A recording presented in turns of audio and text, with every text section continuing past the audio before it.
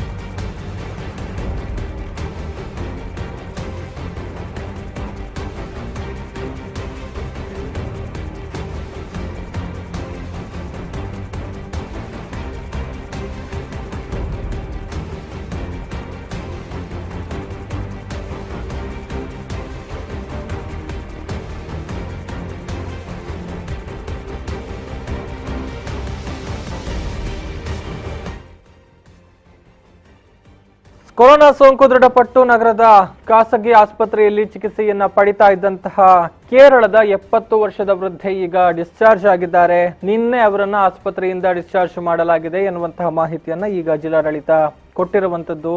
ಈಕೆ Saudi ಅರೇಬಿಯಾದಿಂದ March 9ರಂದು ಕೇರಳದ ಕಲ್ಲಿಕೋಟೆಗೆ ಆಗಮಿಸಿದ್ರು. ಮಧುಮೇಹ, ಕೆಮ್ಮು, ಜ್ವರ, ಉಸಿರಾಟದ ಸಮಸ್ಯೆಯಿಂದಾಗಿ ಬಳಲ್ತಾ ಇದ್ರು. ಹೀಗಾಗಿ ಆಕೆಯನ್ನ ಅತ್ತಾವರದ KMC ಆಸ್ಪತ್ರೆಗೆ ದಾಖಲು ಮಾಡಿಕೊಳ್ಳಲಾಗಿತ್ತು. ಸೋಂಕು ದೃಢಪಟ್ಟಂತಹ ಹಿನ್ನೆಲೆಯಲ್ಲಿ ಅಂದ್ರೆ ಮಾರ್ಚ್ 19ರಂದು ಈಕೆ ಆಸ್ಪತ್ರೆಗೆ ದಾಖಲಾಗಿದ್ರು. ಆವತ್ತು ಏನು ಆಕೆಯ ಸ್ಯಾಂಪಲ್ ಅನ್ನ ಪರೀಕ್ಷೆ ಮಾಡಿದಂತಹ ಸಂದರ್ಭದಲ್ಲಿ ಆಕೆಗೆ ಸೋಂಕು ತುತ್ತಾಗಿರುವಂತಹ ವಿಚಾರ ತಿಳಿದು ಬಂದಿತ್ತು. ಈ ಹಿನ್ನೆಲೆಯಲ್ಲಿ ಮಾರ್ಚ್ 24ರಿಂದ ಈಕೆಗೆ ಚಿಕಿತ್ಸೆ ಕೊಡುವಂತಹ ಪ್ರಕ್ರಿಯೆಗಳು ಆರಂಭಗೊಂಡಿತ್ತು. ಆಸ್ಪತ್ರೆಯಲ್ಲಿ ಮೀಸಲಿಡಲಾಗಿದ್ದಂತಹ ವಿಶೇಷ ಫ್ಲೂ ಆಸ್ಪತ್ರೆಯಲ್ಲಿ ಚಿಕಿತ್ಸಾ ತಂಡ 14 ದಿನಗಳ ಕಾಲ ಚಿಕಿತ್ಸೆಯನ್ನು ಕೊಟ್ಟಿದೆ. ಏಪ್ರಿಲ್ 7 ಮತ್ತು 8ರಂದು ತಪಾಸಣೆಯನ್ನ ಮಾಡಲಾಗಿರುವಂಥದ್ದು. ಅಂದರೆ ಮತ್ತೆ ಸ್ಯಾಂಪಲ್ ಅನ್ನ ಕಲೆಕ್ಟ್ ಮಾಡಿಕೊಂಡು ಟೆಸ್ಟ್ ಮಾಡಲಾಗಿದೆ. ಈ ಸಂದರ್ಭದಲ್ಲಿ ನೆಗೆಟಿವ್ ಕಂಡು ಬಂದಿದೆ. ಹೀಗಾಗಿ ಆಕೆ ಸಂಪೂರ್ಣವಾಗಿ ಈಗ ಚೇತರಿಸಿಕೊಂಡಿದ್ದಾರೆ ಎನ್ನುವಂತಹ ಹಿನ್ನೆಲೆಯಲ್ಲಿ ಆಕೆಯನ್ನ ಡಿಸ್ಚಾರ್ಜ್ ಕೂಡ ಮಾಡಲಾಗಿದೆ. ಇನ್ನು ಸರ್ಕಾರದ ಮಾರ್ಗಸೂಚಿಯ ಹಾಗೆ ಆಕೆ ಮನೆಯಲ್ಲೇ ಇರಬೇಕು ಎನ್ನುವಂತಹ ಸೂಚನೆಯನ್ನು ಕೂಡ ವೈದ್ಯರು ಕೊಟ್ಟಿದ್ದಾರೆ. ಈಗ ಗಮನಿಸಿದ್ರೆ ದಕ್ಷಿಣ ಕನ್ನಡ ಜಿಲ್ಲೆಯಲ್ಲಿ ಒಟ್ಟು 12 ಪ್ರಕರಣಗಳು ಪತ್ತೆಯಾಗಿತ್ತು. 6 ಮಂದಿ ಈಗಾಗಲೇ ಡಿಸ್ಚಾರ್ಜ್ ಆಗಿದ್ರು. ಅದರಲ್ಲಿ ಬಂಟ್ವಾಳದ ಸಜಿಪನಡು ಗ್ರಾಮದ 10 ತಿಂಗಳ ಮಗು ಕೂಡ ಸೇರಿತ್ತು. ಇದೀಗ ಕೇರಳ ಮೂಲದ ವೃದ್ಧೆ ಕೂಡ ಡಿಸ್ಚಾರ್ಜ್ ಆಗಿದ್ದಾರೆ. ಇನ್ನು ಉಳಿದಿರುವಂಥದ್ದು ಕೇವಲ 5 ಪ್ರಕರಣಗಳು. 12ರಲ್ಲಿ 7 ಮಂದಿ ಈಗಾಗಲೇ ಡಿಸ್ಚಾರ್ಜ್ ಕೂಡ ಆಗಿದ್ದಾರೆ. 5ರಷ್ಟೇ ಚಿಕಿತ್ಸೆಯನ್ನ ಪಡಿತಾ ಇದ್ದಾರೆ. ದಕ್ಷಿಣ ಕನ್ನಡ ಜಿಲ್ಲೆಯಲ್ಲಿ ಈಗ ಲಾಕ್ಡೌನ್ ಕಟ್ಟುನಿಟ್ಟಾಗಿ ಜಾರಿಯಲ್ಲಿದ್ದು ತುರ್ತು ಚಿಕಿತ್ಸೆ ಅಗತ್ಯ ಇರುವಂತಹ ಕೇರಳದ ರೋಗಿಗಳಿಗೆ ಮಾತ್ರ ಜಿಲ್ಲೆಯ ಒಳಗೆ ಪ್ರವೇಶ ಮಾಡುವಂತಹ ಅವಕಾಶಗಳನ್ನು ಕೊಡಲಾಗಿರುವಂಥದ್ದು. ಅವರು ದೇರಳಕಟ್ಟೆಯ ಖಾಸಗಿ ಆಸ್ಪತ್ರೆಯಲ್ಲಿ ಚಿಕಿತ್ಸೆಯನ್ನು ಪಡೆಯುವಂತಹ ಅವಕಾಶವನ್ನ ಒದಗಿಸಲಾಗಿದೆ. ಇನ್ನು ಕಟ್ಟುನಿಟ್ಟಿನ ಕ್ರಮಗಳಿಂದಾಗಿ ದಕ್ಷಿಣ ಕನ್ನಡ ಜಿಲ್ಲೆಯಲ್ಲಿ ಕಳೆದ 2 ವಾರಗಳಿಂದ ಯಾವುದೇ ಪ್ರಕರಣಗಳು ಪತ್ತೆಯಾಗ್ತಾ ಇಲ್ಲ ಅನ್ನುವಂಥದ್ದನ್ನು ನಾವು ನೋಡಬಹುದು. ಏಪ್ರಿಲ್ 5ರಿಂದ ಯಾವುದೇ ಹೊಸ ಪ್ರಕರಣಗಳು ಜಿಲ್ಲೆಯಲ್ಲಿ ಕಂಡು ಬಂದಿಲ್ಲ. ಏನು 12 ಪ್ರಕರಣಗಳು ಇವರೆಗೆ ಕಂಡು ಬಂದಿದೆ, ಅಷ್ಟರಲ್ಲೇ ನಾವು ಇದನ್ನ ಮಟ್ಟ ಹಾಕಿದ್ದೇವೆ ಅನ್ನುವಂಥದ್ದನ್ನು ಕೂಡ ನಾವು ಇಲ್ಲಿ ಉಲ್ಲೇಖ ಮಾಡಬಹುದು. ಇನ್ನು ನಿನ್ನೆಯ ದಿನ 28 ಮಂದಿಯ ವರದಿ ಬಂದಿದ್ದು ಯಾವುದು ಕೂಡ ಪಾಸಿಟಿವ್ ಪ್ರಕರಣಗಳಿಲ್ಲ. 26 ಮಂದಿಯ ಸ್ಯಾಂಪಲ್ ಅನ್ನ ಮತ್ತೆ ಕಳುಹಿಸಿಕೊಡಲಾಗಿದೆ. ಈಗ ಒಟ್ಟಾಗಿ 32 ಮಂದಿಯ ರಿಪೋರ್ಟ್ಗಳು ಬರೋದಿಕ್ಕೆ ಬಾಕಿ ಇದೆ. ಈಗಾಗಲೇ 2100 ಮಂದಿ ಗೃಹ ನಿಗಾವಣೆಯಲ್ಲಿದ್ದು 24 ಮಂದಿ ESI ಆಸ್ಪತ್ರೆಯಲ್ಲಿ ನಿಗಾದಲ್ಲಿ ಇದ್ದಾರೆ ಅನ್ನುವಂಥದ್ದನ್ನು ನಾವು ಗಮನಿಸಬಹುದು. ಹೀಗಾಗಿ ದಕ್ಷಿಣ ಕನ್ನಡ ಜಿಲ್ಲೆ ಈಗ ಹೊಸ ಸೋಂಕಿನ ಪ್ರಕರಣಗಳನ್ನು ದಾಖಲಿಸಿಕೊಳ್ತಾ ಇಲ್ಲ. ಇರುವಂತಹ ಪ್ರಕರಣಗಳ ಸಂಖ್ಯೆ 12ಕ್ಕೆ ಸೀಮಿತಗೊಂಡಿದೆ. ಆದರೆ ಇನ್ನೂ ಕೂಡ 32 ರಿಪೋರ್ಟ್ಗಳು ಬರೋದಕ್ಕೆ ಬಾಕಿ ಇದೆ. ಜಿಲ್ಲಾಡಳಿತ ಅದಕ್ಕೋಸ್ಕರ ಕಾಯ್ತಾ ಇದೆ. ಅದು ಕೂಡ ಬಹುತೇಕ ಎಲ್ಲವೂ ಕೂಡ ನೆಗೆಟಿವ್ ಬರುವಂತಹ ಒಂದು ನಿರೀಕ್ಷೆ ಜಿಲ್ಲಾಡಳಿತಕ್ಕೆ ಇರುವಂಥದ್ದನ್ನು ನಾವಿಲ್ಲಿ ನೋಡಬಹುದು.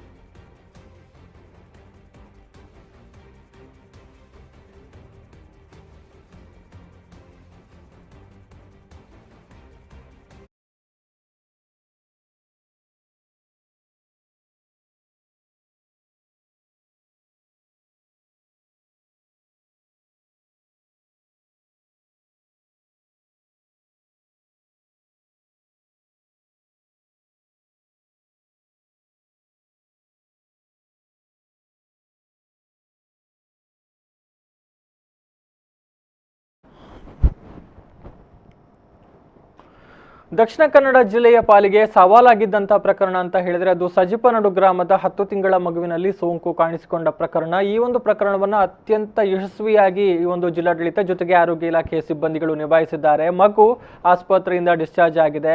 ಆದರೆ ಆ ಒಂದು ಗ್ರಾಮಕ್ಕೆ ವಿಧಿಸಲಾಗಿದ್ದಂತಹ ಕ್ವಾರಂಟೈನ್ ಏನಿದೆ ಅದು ಇನ್ನೂ ಕೂಡ ಮುಂದುವರಿಯುತ್ತೆ ಅನ್ನುವಂತಹ ಮಾಹಿತಿಗಳು ಈಗ ಗೊತ್ತಾಗ್ತಾ ಇದೆ.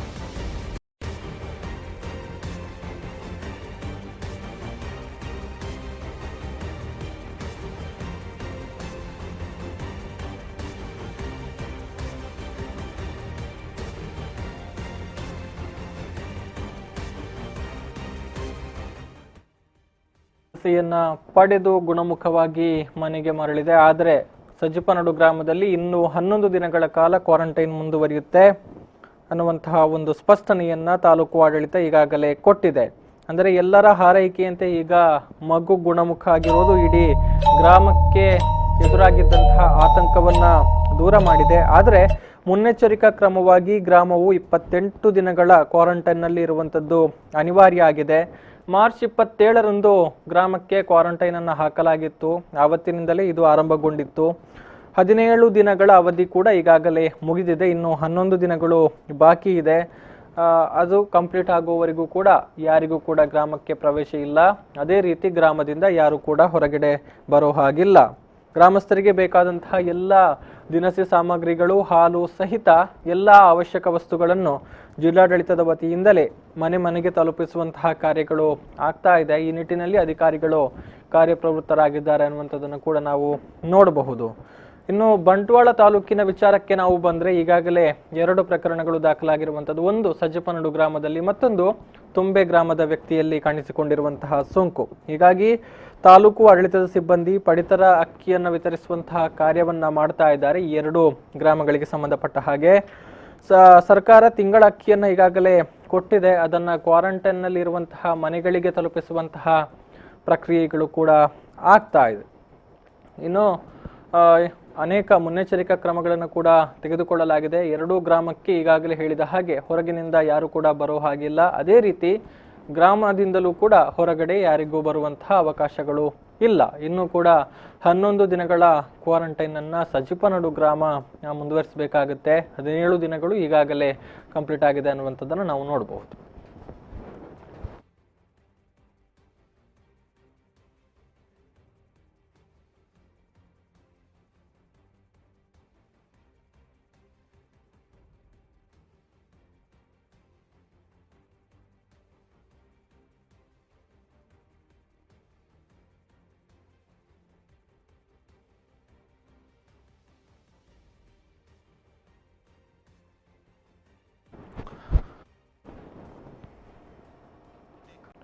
ಎಸ್, ನಿರೀಕ್ಷೆಗಳಿತ್ತು ಭಾರತದಲ್ಲಿ ಕೋವಿಡ್-19 ಅಟ್ಟಹಾಸ ಒಂದು ನಿಯಂತ್ರಣಕ್ಕೆ ಬರಬಹುದು ಅನ್ನುವಂಥದ್ದು. ಆದರೆ ಅದು ನಿಯಂತ್ರಣಕ್ಕೆ ಮೀರಿ ತನ್ನ ವೇಗವನ್ನು ಹೆಚ್ಚಿಸಿಕೊಳ್ತಾ ಇದೆ. ದಿನನಿತ್ಯ ಅನೇಕ ಪ್ರಕರಣಗಳು ನೂರಾರು ಸಂಖ್ಯೆಯಲ್ಲಿ ವರದಿಯಾಗ್ತಾ ಇರುವಂಥದ್ದು. ಇದೀಗ ಮತ್ತೆ ಕಳೆದ 24 ಗಂಟೆಗಳಲ್ಲಿ ಸೋಂಕಿತರ ಸಂಖ್ಯೆ ಏರಿಕೆಯಾಗಿದೆ. ಜೊತೆಗೆ ಸಾವಿನ ಪ್ರಮಾಣ ಕೂಡ ಗಣನೀಯವಾಗಿ ಏರಿಕೆಯಾಗಿದೆ.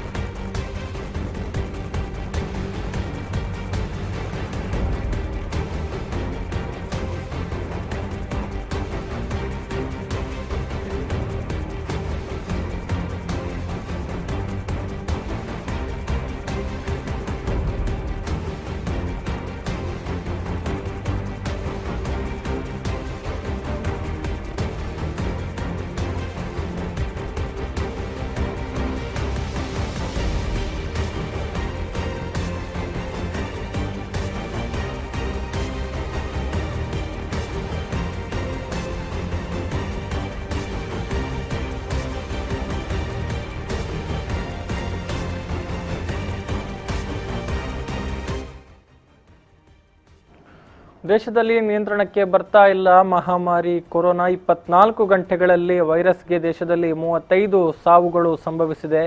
ಈ ಮೂಲಕ 308ಕ್ಕೆ ಏರಿಕೆಯಾಗಿದೆ. ದೇಶದಲ್ಲಿ ಸಾವನ್ನಪ್ಪಿರುವಂತಹವರ ಸಂಖ್ಯೆ 9152 ಪಾಸಿಟಿವ್ ಪ್ರಕರಣಗಳು ದೇಶದಲ್ಲಿ ಕಂಡುಬಂದಿದೆ. ಈ ನಡುವೆ ದೆಹಲಿಯಲ್ಲಿ ನಿನ್ನೆ ಮತ್ತೆ 85 ಹೊಸ ಕೋವಿಡ್-19 ಪಾಸಿಟಿವ್ ಪ್ರಕರಣಗಳು ಬೆಳಕಿಗೆ ಬಂದಿದೆ. ಈ ಮೂಲಕ ದೆಹಲಿಯಲ್ಲಿ ಇರುವಂತಹ ಪಾಸಿಟಿವ್ ಪ್ರಕರಣಗಳ ಸಂಖ್ಯೆ 1154ಕ್ಕೆ ಏರಿಕೆಯಾಗಿದೆ. ಈ ನಡುವೆ 10 ಹಾಟ್ಸ್ಪಾಟ್ಗಳು ಕೂಡ ಪತ್ತೆಯಾಗಿದೆ ಸರ್ಕಾರ ಗುರುತಿಸಿದಂತಹ ಹಿನ್ನೆಲೆಯಲ್ಲಿ. ಒಟ್ಟಾರೆಯಾಗಿ ಈಗ ದೆಹಲಿಯಲ್ಲಿ 43 ಕೊರೋನಾ ಹಾಟ್ಸ್ಪಾಟ್ಗಳಿದೆ ಅನ್ನುವಂತಹ ಮಾಹಿತಿಯನ್ನ ಸರ್ಕಾರ ಬಹಿರಂಗಪಡಿಸಿರುವಂಥದ್ದು. ಈ ನಡುವೆ ದೆಹಲಿಯಲ್ಲಿ ಸೋಂಕಿಗೆ ಬಲಿಯಾದವರ ಸಂಖ್ಯೆ 24ಕ್ಕೆ ಏರಿಕೆಯಾಗಿರುವಂಥದ್ದು. ಕರ್ನಾಟಕದಲ್ಲಿ ನಿನ್ನೆ 11 ಹೊಸ ಪಾಸಿಟಿವ್ ಕೇಸ್ಗಳು ಪತ್ತೆಯಾಗಿದೆ. ಈ ಮೂಲಕ ರಾಜ್ಯದಲ್ಲಿ ಸೋಂಕಿತರ ಸಂಖ್ಯೆ 226ಕ್ಕೆ ಏರಿಕೆ ಆಗಿರುವಂಥದ್ದು. ಒಂದೇ ದಿನ ಮತ್ತೆ 11 ಪಾಸಿಟಿವ್ ಪ್ರಕರಣಗಳು ಬೆಳಕಿಗೆ ಬಂದಿದೆ. ಕರ್ನಾಟಕದಲ್ಲಿ ಕೂಡ ದಿನನಿತ್ಯ ಏರಿಕೆ ಆಗ್ತಾ ಇರುವಂಥದ್ದನ್ನು ನಾವು ನೋಡ್ತಾ ಇದ್ದೇವೆ. ಇನ್ನು ರಾಜ್ಯದ ಬೆಳಗಾವಿಯಲ್ಲಿ ಮತ್ತೆ 4 ಸೋಂಕಿಗೆ ತುತ್ತಾಗಿದ್ದಾರೆ. ಈ ಮೂಲಕ ಬೆಳಗಾವಿ ಜಿಲ್ಲೆಯಲ್ಲಿ ಸೋಂಕಿತರ ಸಂಖ್ಯೆ 14ಕ್ಕೆ ಏರಿಕೆಯಾಗಿದೆ. ಮಹಾರಾಷ್ಟ್ರದಲ್ಲಿ ಸೋಂಕಿತರ ಸಂಖ್ಯೆ 1982. ಇನ್ನು ತಮಿಳುನಾಡಿನಲ್ಲೂ ಕೂಡ ಸೋಂಕಿತರ ಸಂಖ್ಯೆ 1075ಕ್ಕೆ ಏರಿಕೆಯಾಗಿದೆ. ರಾಜಸ್ಥಾನದಲ್ಲಿ 804ಕ್ಕೆ, ಮಧ್ಯಪ್ರದೇಶದಲ್ಲಿ 532 ಮತ್ತು ಗುಜರಾತ್ನಲ್ಲಿ 516 ಪ್ರಕರಣಗಳು ಇದೀಗ ಬೆಳಕಿಗೆ ಬಂದಿವೆ.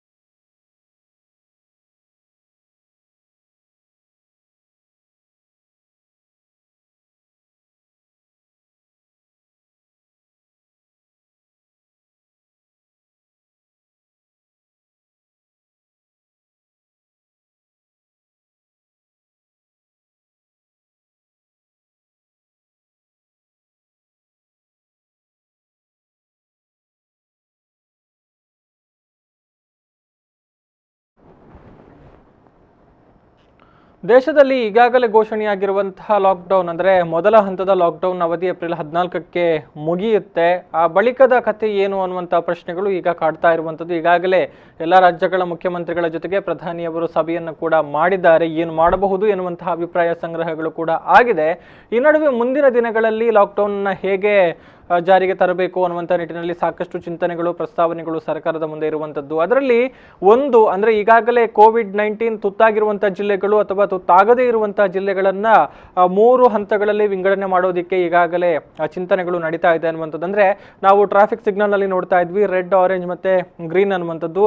ಅದನ್ನೇ ಈಗ ಈ ಒಂದು ಕೋವಿಡ್-19 ವಿಚಾರದಲ್ಲೂ ಕೂಡ ಜಾರಿಗೆ ತರೋದಕ್ಕೆ ಸರ್ಕಾರ ಚಿಂತನೆಯನ್ನ ಮಾಡ್ತಾ ಇದೆ ಅನ್ನುವಂಥದ್ದು. ಅಂದ್ರೆ ಅತ್ಯಧಿಕ ಪ್ರಕರಣಗಳಿರುವಂಥದ್ದನ್ನ ರೆಡ್ ಝೋನ್ ಆಗಿ, ಆ ಬಳಿಕ ಮಧ್ಯಮ ವರ್ಗ ಅಥವಾ ಮಧ್ಯಮ ಪ್ರಮಾಣದಲ್ಲಿ ಸೋಂಕು ಕಂಡು ಬಂದಿರುವಂತಹ ಪ್ರದೇಶಗಳನ್ನ ಆರೆಂಜ್ ಝೋನ್ ಮತ್ತು ಯಾವುದೇ ಪ್ರಕರಣಗಳು ಪತ್ತೆಯಾಗದಂತಹ ಜಿಲ್ಲೆಗಳನ್ನ ಗ್ರೀನ್ ಝೋನ್ ನಲ್ಲಿ ಇಟ್ಟು ಆ ಬಳಿಕ ಲಾಕ್ಡೌನ್ ಅನ್ನು ಜಾರಿ ಮಾಡುವುದಕ್ಕೆ ಸಿದ್ಧತೆಗಳು ನಡೀತಾ ಇದೆ ಅನ್ನುವಂತಹ ಮಾಹಿತಿಗಳು ಕೂಡ ತಿಳಿದು ಬರ್ತಾ ಇದೆ.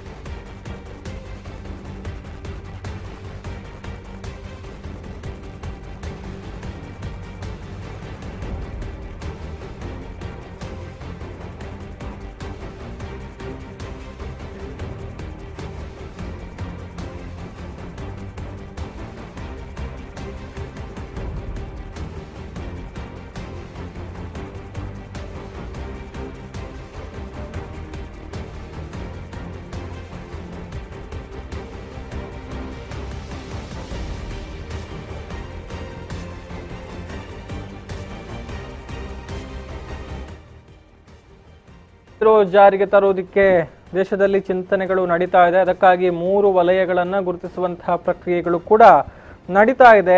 ಪ್ರಕರಣಗಳು ಪತ್ತೆಯಾಗಿರುವಂತಹ ಆಧಾರದ ಮೇಲೆ ಕೆಂಪು, ಕಿತ್ತಳೆ ಮತ್ತು ಹಸಿರು ಎಂದು 3 ಭಾಗಗಳನ್ನಾಗಿ ಮಾಡೋದಕ್ಕೆ ಸರ್ಕಾರ ಒಂದು ಪ್ರಸ್ತಾವನೆಯನ್ನು ಕೂಡ ಈಗಾಗಲೇ ಸಲ್ಲಿಕೆ ಮಾಡಿರುವಂಥದ್ದು. ಅಂದ್ರೆ ಮಾರಕ ಕೊರೋನಾ ವೈರಸ್ ನಿಗ್ರಹಕ್ಕೆ ದೇಶವ್ಯಾಪಿ 21 ದಿನಗಳ ಲಾಕ್ಡೌನ್ ಈಗ ಏಪ್ರಿಲ್ 14ಕ್ಕೆ ಮುಗಿದು 15ಕ್ಕೆ ಎಲ್ಲ ಚಟುವಟಿಕೆಗಳು ಪುನರಾರಂಭಗೊಳ್ಳುತ್ತೆ ಅನ್ನುವಂಥ ನಿರೀಕ್ಷೆಗಳಿತ್ತು. ಆದರೆ ಅದು ಈಗ ಸಾಧ್ಯ ಆಗೋದಿಲ್ಲ. ಈ ನಿಟ್ಟಿನಲ್ಲಿ ಇನ್ನೂ ಕೂಡ 2 ವಾರಗಳ ಕಾಲ ಲಾಕ್ಡೌನ್ ಅನ್ನು ವಿಸ್ತರಣೆ ಮಾಡೋದಕ್ಕೆ ಚಿಂತನೆಯನ್ನ ಮಾಡಿರುವಂತಹ ಸರ್ಕಾರ ಕೆಲವೊಂದು ಮಾರ್ಗಸೂಚಿಗಳನ್ನ ಈಗ ಬಿಡುಗಡೆ ಮಾಡೋದಕ್ಕೆ ತಯಾರಿಯನ್ನ ಮಾಡ್ತಾ ಇದೆ. ಸಂಪೂರ್ಣವಾಗಿ ಸ್ತಬ್ಧಗೊಂಡಿರುವಂತಹ ಆರ್ಥಿಕ ಕೈಗಾರಿಕಾ ಚಟುವಟಿಕೆಗಳಿಗೆ ಉತ್ತೇಜನವನ್ನ ಕೊಡಬೇಕಾದಂತಹ ಒಂದು ಅವಶ್ಯಕತೆ ಕೂಡ ಇದೆ. ಪರಿಸ್ಥಿತಿ ಇದೇ ರೀತಿ ಮುಂದುವರೆದರೆ ಇನ್ನೂ 2 ವಾರಗಳ ಕಾಲ ಎಲ್ಲವೂ ಕೂಡ ನಿಸ್ತೇಜವಾಗಿದ್ರೆ ಖಂಡಿತವಾಗ್ಲೂ ಆರ್ಥಿಕ ಪರಿಸ್ಥಿತಿಯನ್ನ ಮೇಲೆತ್ತುವುದಕ್ಕೆ ಬಹಳಷ್ಟು ಕಷ್ಟ ಇದೆ. ಈ ನಿಟ್ಟಿನಲ್ಲಿ ಅಭಿಪ್ರಾಯಗಳು ಕೇಳಿ ಬರ್ತಾ ಇರುವಂತದ್ದು ಕೆಲವೊಂದು ಪ್ರದೇಶಗಳಲ್ಲಿ ಅವಕಾಶಗಳನ್ನ ಕೊಡಬಹುದು. ಯಾಕಂತ ಹೇಳಿದ್ರೆ ಇಡೀ ದೇಶವನ್ನ ಗಮನಿಸಿದ್ರೆ ಸುಮಾರು 400 ಜಿಲ್ಲೆಗಳಲ್ಲಿ ಯಾವುದೇ ರೀತಿಯ ಪ್ರಕರಣಗಳು ಕಂಡು ಬಂದಿಲ್ಲ ಅಥವಾ ಅಲ್ಲಿಗೆ ಅಪಾಯಗಳೇ ಇಲ್ಲ ಅನ್ನುವಂತಹ ಅಭಿಪ್ರಾಯಗಳಿರುವಂತದ್ದು. ಹೀಗಾಗಿ ಅಂತಹ ಭಾಗಗಳಲ್ಲಿ ಕೈಗಾರಿಕೆಗಳಿದ್ರೆ ಅಥವಾ ಇನ್ನಿತರ ಚಟುವಟಿಕೆಗಳಿಗೆ ಅವಕಾಶವನ್ನ ಕೊಡಬಹುದು. ಆದರೆ ಮುಂಜಾಗರೂಕತಾ ಕ್ರಮಗಳನ್ನ ಅಲ್ಲಿ ತೆಗೆದುಕೊಳ್ಬೇಕು ಅನ್ನುವಂತಹ ಮಾತುಗಳ ಅಭಿಪ್ರಾಯಗಳು ಕೂಡ ಬಂದಿರುವಂತದ್ದು. ಹೀಗಾಗಿ ಎಲ್ಲಾ ರಾಜ್ಯಗಳ ಮುಖ್ಯಮಂತ್ರಿಗಳಿಂದ ಕೂಡ ಅಭಿಪ್ರಾಯ ಸಂಗ್ರಹವನ್ನ ಮಾಡಿದ್ದಾರೆ ಪ್ರಧಾನಿ ನರೇಂದ್ರ ಮೋದಿಯವರು. ಅದರಂತೆ ಇಡೀ ದೇಶವನ್ನ ಈಗ 3 ಝೋನ್ಗಳಾಗಿ ಡಿವೈಡ್ ಮಾಡೋದಿಕ್ಕೆ ಚಿಂತನೆಗಳು ನಡೀತಾ ಇದೆ. ಅಂದ್ರೆ ರೆಡ್ ಝೋನ್, ಆರೆಂಜ್ ಝೋನ್ ಹಾಗೂ ಗ್ರೀನ್ ಝೋನ್ಗಳನ್ನಾಗಿ ವರ್ಗೀಕರಣ ಮಾಡಿ ಲಾಕ್ಡೌನ್ ಅನ್ನ ಹಂತ ಹಂತವಾಗಿ ಸಡಿಲಿಕೆ ಮಾಡುವಂತಹ ಉದ್ದೇಶವನ್ನ ಈಗ ಕೇಂದ್ರ ಸರ್ಕಾರ ಹೊಂದಿದೆ ಅಂತ ಹೇಳಲಾಗ್ತಾ ಇದೆ. ಇದರ ಪರಿಣಾಮವಾಗಿ ದೇಶದ ಕೆಲವೊಂದು ಭಾಗಗಳಲ್ಲಿ ಕೈಗಾರಿಕೆಗಳಿರ್ಬೋದು, ವ್ಯಾಪಾರ ವಾಣಿಜ್ಯ ಚಟುವಟಿಕೆಗಳು ನಿಧಾನವಾಗಿ ಆರಂಭಗೊಳ್ಳುವಂತಹ ಸಾಧ್ಯತೆಗಳಿದೆ. ಜೊತೆಗೆ ಸಾರಿಗೆ ವ್ಯವಸ್ಥೆಯನ್ನು ಕೂಡ ಹಂತ ಹಂತವಾಗಿ ಮತ್ತೆ ಚಾಲನೆಗೆ ತರುವುದಕ್ಕೆ ಸಿದ್ಧತೆಗಳು ನಡೀತಾ ಇರುವಂತದ್ದು. ಅದರ ಜೊತೆಗೆ ಮದ್ಯ ಮಾರಾಟ ಕೂಡ ಆರಂಭಗೊಳ್ಳುವಂತಹ ಸಾಧ್ಯತೆಗಳಿದೆ. ಜೊತೆಗೆ ಈಗಾಗಲೇ ಏನೋ ಅರ್ಧಕ್ಕೆ ನಿಂತು ಹೋಗಿರುವಂತಹ ಶಾಲಾ ಚಟುವಟಿಕೆಗಳು ಕೂಡ ಮತ್ತೆ ಆಕ್ಟಿವ್ ಆಗುವಂತಹ ಸಾಧ್ಯತೆಗಳು ಕೂಡ ಇದೆ. ಅದರ ಜೊತೆಗೆ ರೈಲು, ವಿಮಾನಯಾನ ಹಾಗೂ ಅಂತಾರಾಜ್ಯ ಬಸ್ ಸಂಚಾರದ ಬಗ್ಗೆ ಕೂಡ ಚಿಂತನೆಗಳು ನಡೀತಾ ಇದೆ. ಆದರೆ ಕೇಳಿ ಬಂದಿರುವಂತಹ ಒಂದು ಅಭಿಪ್ರಾಯ, ಈ ಮೂರನ್ನ ದಯವಿಟ್ಟು ಆರಂಭ ಮಾಡಬಾರ್ದು, ಅದು ಮಾಡಿದ್ರೆ ಇಷ್ಟು ದಿನಗಳ ಮಾಡಿದಂತಹ ಪ್ರಯತ್ನ ಎಲ್ಲವೂ ಕೂಡ ವ್ಯರ್ಥವಾಗಿ ಹೋಗುತ್ತೆ ಅನ್ನುವಂಥದ್ದು. ಅಂದ್ರೆ ಈಗ ಒಟ್ಟಾರೆ ದೇಶದ ಪರಿಸ್ಥಿತಿಯನ್ನು ಗಮನಿಸಿದ್ರೆ ಈಗಾಗಲೇ ಹೇಳಿದ ಹಾಗೆ ಸುಮಾರು 400 ಜಿಲ್ಲೆಗಳು ಟೋಟಲ್ ಆಗಿ ಸೇಫ್ ಆಗಿರುವಂಥದ್ದು. ಅಂದ್ರೆ ಯಾವುದೇ ಒಂದು ಪ್ರಕರಣಗಳು ಪತ್ತೆಯಾಗಿಲ್ಲ. ಈಗಾಗಲೇ ಗುರುತಿಸೋದಕ್ಕೆ ಸಿದ್ಧತೆಯನ್ನು ಮಾಡಿಕೊಳ್ಳಲಾಗ್ತಾ ಇರುವಂತಹ ವಲಯಗಳು ಹೇಗಿರುತ್ತೆ ಅನ್ನುವಂಥದ್ದನ್ನ ನಾವು ನೋಡೋದಿದ್ರೆ, ರೆಡ್ ಝೋನ್ ಹೇಗಿರುತ್ತೆ ಅಂದ್ರೆ, ಅಥವಾ ಯಾವ ಮಾನದಂಡದ ಮೇಲೆ ಅದನ್ನ ಗುರುತಿಸಲಾಗುತ್ತೆ ಅಂದ್ರೆ, 15ಕ್ಕಿಂತ ಹೆಚ್ಚು ಕೊರೋನಾ ಪ್ರಕರಣ ದಾಖಲಾಗಿರುವಂತಹ ಪ್ರದೇಶಗಳನ್ನ ಕೆಂಪು ವಲಯದಲ್ಲಿ ಗುರುತಿಸಲಾಗುತ್ತೆ. ಅಂದ್ರೆ ರೆಡ್ ಝೋನ್ ನಲ್ಲಿ ಅದೆಲ್ಲವೂ ಕೂಡ ಬರುತ್ತೆ. ಇಲ್ಲಿ ಎಲ್ಲಾ ರೀತಿಯ ಚಟುವಟಿಕೆಗಳು ಕೂಡ ಟೋಟಲ್ ಆಗಿ ಶಟ್ ಡೌನ್ ಆಗಿರಲಿದೆ. ಅಲ್ಲದೆ ಈ ಪ್ರದೇಶದಲ್ಲಿ ಲಾಕ್ಡೌನ್ ಮುಂದಿನ ದಿನಗಳಲ್ಲಿ ಮತ್ತಷ್ಟು ಕಠಿಣ ಆಗುವಂತಹ ಸಾಧ್ಯತೆಗಳೇ ಅಧಿಕ ಆಗಿದೆ. ಇನ್ನು ಆರೆಂಜ್ ಝೋನ್ ನಲ್ಲಿ ಯಾವುದೆಲ್ಲ ಪ್ರದೇಶಗಳು ಬರುತ್ತೆ ಅಂತ ಹೇಳಿದ್ರೆ, 15ಕ್ಕಿಂತ ಕಡಿಮೆ ಸೋಂಕಿನ ಪ್ರಕರಣ ದಾಖಲಾಗಿರುವ ಮತ್ತು ಪಾಸಿಟಿವ್ ಪ್ರಕರಣಗಳ ಸಂಖ್ಯೆಯಲ್ಲಿ ಹೆಚ್ಚಳವಾಗದಂತಹ ಜಿಲ್ಲೆಗಳು ಈಗ ಆರೆಂಜ್ ಝೋನ್ ನಲ್ಲಿ ಬರುತ್ತೆ. ಕಿತ್ತಳೆ ವಲಯದ ವ್ಯಾಪ್ತಿಯ ಪ್ರದೇಶಗಳಲ್ಲಿ ಸೀಮಿತ ಪ್ರಮಾಣದಲ್ಲಿ ಸಂಚಾರ ವ್ಯವಸ್ಥೆಯ ಮರು ಆರಂಭ, ಜೊತೆಗೆ ಕೃಷಿ ಉತ್ಪನ್ನಗಳ ಕಟಾವು ಇರ್ಬೋದು, ಸಾಗಾಟ ಇರ್ಬೋದು ಇತ್ಯಾದಿಗಳಿಗೂ ಕೂಡ ಅವಕಾಶವನ್ನ ಕೊಡಲಾಗುತ್ತೆ ಮುಂದಿನ ದಿನಗಳಲ್ಲಿ. ಇನ್ನು ಗ್ರೀನ್ ಝೋನ್ ಯಾವುದು ಅಂತ ಹೇಳಿದ್ರೆ, ಇದುವರೆಗೆ ಯಾವುದೇ ಕೊರೋನಾ ಪಾಸಿಟಿವ್ ಪ್ರಕರಣಗಳು ಕಂಡು ಬಾರದ ಪ್ರದೇಶಗಳು ಇಲ್ಲಿ ಗ್ರೀನ್ ಝೋನ್ ನಲ್ಲಿ ಗುರುತಿಸಲಾಗುತ್ತೆ. ಅಂತಹ ಜಿಲ್ಲೆಗಳು ಸುಮಾರು 400 ಇದೆ ಈ ದೇಶದಲ್ಲಿ ಅನ್ನುವಂತಹ ಮಾಹಿತಿಗಳು ಕೂಡ ಗೊತ್ತಾಗ್ತಾ ಇದೆ. ಈ ಪ್ರದೇಶಗಳಲ್ಲಿ ಲಾಕ್ಡೌನ್ ನಿಯಮವನ್ನು ಸಡಿಲಿಸುವಂತಹ ಒಂದು ಇಂಗಿತ ಕೂಡ ಈಗ ಕೇಂದ್ರ ಸರ್ಕಾರಕ್ಕೆ ಇದೆ ಎನ್ನುವಂತಹ ಮಾತುಗಳು ಕೂಡ ಕೇಳಿ ಬರ್ತಾ ಇದೆ. ಅಂದ್ರೆ 21 ದಿನಗಳ ಲಾಕ್ಡೌನ್ ಏನಿದೆ, ಇದರಿಂದ ದೇಶದ ಅರ್ಥವ್ಯವಸ್ಥೆಯ ಮೇಲೆ ಪರಿಣಾಮ ಅತ್ಯಂತ ಮಾರಕವಾಗಿ ಬಿದ್ದಿರುವಂತದ್ದನ್ನು ನಾವು ನೋಡ್ತಾ ಇದ್ದೇವೆ. ಈ ವರ್ಷದಲ್ಲಿ ಭಾರತದ GDP ದರ ಕೇವಲ 1.5% ನಿಂದ 2.8% ಇರಲಿದೆ ಅನ್ನುವಂತಹ ಒಂದು ಅಂದಾಜನ್ನ ಈಗಾಗಲೇ ವಿಶ್ವ ಬ್ಯಾಂಕ್ ಕೂಡ ಮಾಡಿದೆ. ಮುಖ್ಯವಾಗಿ ಮೂಲಸೌಕರ್ಯ ಕ್ಷೇತ್ರ ಮತ್ತು ಕೃಷಿ ಕ್ಷೇತ್ರಕ್ಕೆ ಕೆಲವೊಂದು ವಿನಾಯಿತಿಯನ್ನ ಕೊಡಬೇಕು. ಆ ಮೂಲಕ ಸ್ವಲ್ಪ ಮಟ್ಟಿಗಾದ್ರೂ ಇದನ್ನ ಮೇಲೆತ್ತಬಹುದು ಆರ್ಥಿಕ ಪರಿಸ್ಥಿತಿಯನ್ನ ಅನ್ನುವಂತಹ ಒಂದು ಅಭಿಪ್ರಾಯಗಳು ಕೇಳಿ ಬಂದಿರುವಂತಹ ಹಿನ್ನೆಲೆಯಲ್ಲಿ ಕೇಂದ್ರ ಸರ್ಕಾರ ಈ ಒಂದು ತೀರ್ಮಾನಕ್ಕೆ ಬರ್ತಾ ಇದೆ ಎನ್ನುವಂತಹ ಮಾಹಿತಿಗಳು ಕೂಡ ತಿಳಿದು ಬರ್ತಾ ಇದೆ.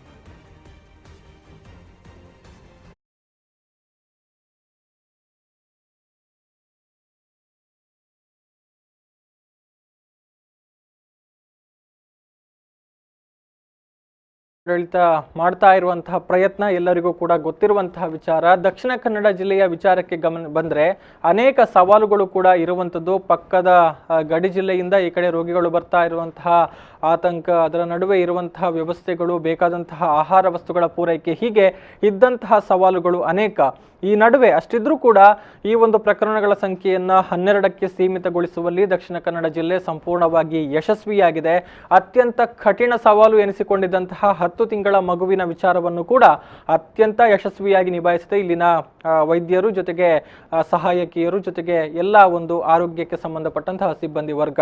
ಅಂದ್ರೆ ಅದೆಲ್ಲದರ ಪರಿಣಾಮವಾಗಿ ಈಗ ದಕ್ಷಿಣ ಕನ್ನಡ ಜಿಲ್ಲೆ, ಅದರ ನಡುವೆ ನಿನ್ನೆ ಮತ್ತೊಬ್ಬರು ವೃದ್ಧೆ ಆಸ್ಪತ್ರೆಯಿಂದ ಡಿಸ್ಚಾರ್ಜ್ ಆಗಿ ಹೋಗಿದ್ದಾರೆ. ಇನ್ನು ಉಳಿದಿರುವಂತದ್ದು ಕೇವಲ 5 ಪ್ರಕರಣಗಳು. ಅವರು ಕೂಡ ಅತ್ಯಂತ ಯಶಸ್ವಿಯಾಗಿ ಚಿಕಿತ್ಸೆಗೆ ಸ್ಪಂದಿಸ್ತಾ ಇದ್ದಾರೆ. ಅವರು ಕೂಡ ಇನ್ನೇನು ಕೆಲವೇ ದಿನಗಳಲ್ಲಿ ಡಿಸ್ಚಾರ್ಜ್ ಆಗುವಂತಹ ಸಾಧ್ಯತೆಗಳಿರುವಂಥದ್ದು. ಸೊ ಈ ಒಟ್ಟಾರೆ ಪರಿಶ್ರಮದ ಫಲವನ್ನ ನಾವು ಕಾಣ್ತಾ ಇದ್ದೇವೆ. ಅದಕ್ಕಾಗಿ ದಕ್ಷಿಣ ಕನ್ನಡ ಜಿಲ್ಲಾಡಳಿತ ಅಂದ್ರೆ ಈ ಒಂದು ಈ ಒಂದು ಕೊರೋನಾಗೆ ಸಂಬಂಧಪಟ್ಟ ಹಾಗೆ ಹೋರಾಟವನ್ನು ಮಾಡ್ತಾ ಇರುವಂತಹ ಎಲ್ಲ ವಾರಿಯರ್ಸ್ಗೂ ಕೂಡ ಎಲ್ಲರೂ ಕೂಡ ದೊಡ್ಡ ಸೆಲ್ಯೂಟ್ ಅನ್ನ ಹೇಳ್ತಾ ಇದ್ದಾರೆ.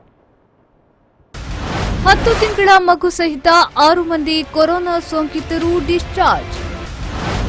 ಕೋವಿಡ್-19 ಸೋಂಕು ಮುಕ್ತ ಜಿಲ್ಲೆಯಾಗುವತ್ತ ಸಾಗುತ್ತಿದೆ ದಕ್ಷಿಣ ಕನ್ನಡ ಡಿಸ್ಟ್ರಿಕ್ಟ್. ರಾತ್ರಿ ಹಗಲೆನ್ನದೇ ಶ್ರಮಿಸುತ್ತಿರುವ ಕೊರೋನಾ ವಾರಿಯರ್ಸ್ಗೊಂದು ಹ್ಯಾಟ್ಸ್ ಆಫ್. ಎಸ್, ವಿಶ್ವವನ್ನೇ ಮಕಾಡೆ ಮಲಗಿಸಿರುವ ಕಿಲ್ಲರ್ ಕೊರೋನಾ ದೇಶವನ್ನು ತಟ್ಟಿದ, ರಾಜ್ಯವನ್ನು ಕೂಡ ಮುಟ್ಟಿದ, ದಕ್ಷಿಣ ಕನ್ನಡ ಜಿಲ್ಲೆಗೂ ಒಕ್ಕರಿಸಿ ಬಿಟ್ಟಿದೆ. ಎಲ್ಲರೂ ಇದು ದೂರದ ಚೈನಾದಲ್ಲಿ ಬಂದಿರೋ ಕಾಯಿಲೆ, ಇಲ್ಲಿಗೇನು ಅದು ಬರೋದಿಲ್ಲ, ನಮಗೇನು ಆಗೋದಿಲ್ಲ ಅಂತ ಬಿಂದಾಸ್ ಆಗಿದ್ದವರು ಕೂಡ ಈಗ ಲಾಕ್ಡೌನ್ ಆಗಿಬಿಟ್ಟಿದ್ದಾರೆ. ಪ್ರಧಾನಿ ನರೇಂದ್ರ ಮೋದಿಯವರು ಜನತಾ ಕರ್ಫ್ಯೂಗೆ ಕರೆ ನೀಡಿದ ದಿನ ಅಂದ್ರೆ ಮಾರ್ಚ್ 22ರಿಂದಲೇ ಜಿಲ್ಲೆಯಲ್ಲಿ ಲಾಕ್ಡೌನ್ ಜಾರಿಯಲ್ಲಿದೆ. ಈ ನಡುವೆ ದಕ್ಷಿಣ ಕನ್ನಡ ಜಿಲ್ಲೆಯಲ್ಲಿ ಪತ್ತೆಯಾದ 12 ಪ್ರಕರಣಗಳು ಇಡೀ ರಾಜ್ಯದ ಜನತೆ ಮಂಗಳೂರಿನತ್ತ ತಿರುಗಿ ನೋಡುವಂತೆ ಮಾಡಿದ್ರು. ಅದನ್ನು ಅಷ್ಟಕ್ಕೆ ಕಟ್ಟಿಹಾಕುವಲ್ಲಿ ದಕ್ಷಿಣ ಕನ್ನಡ ಜಿಲ್ಲಾಡಳಿತ ಸಕ್ಸಸ್ ಆಗಿದೆ. ಅದು ಮಾರ್ಚ್ 22. ಯಾವಾಗ ಬಡ್ಕಳ ಮೂಲದ ಯುವಕನೊಬ್ಬನಲ್ಲಿ ಸೋಂಕಿತ ಲಕ್ಷಣಗಳು ಕಾಣಿಸಿಕೊಂಡಿದ್ದು, ಅದು ಮಂಗಳೂರಿನ ಮೊತ್ತ ಮೊದಲ ಕೋವಿಡ್-19 ಪ್ರಕರಣವಾಗಿ ಗುರುತಿಸಿಕೊಂಡಿತ್ತು.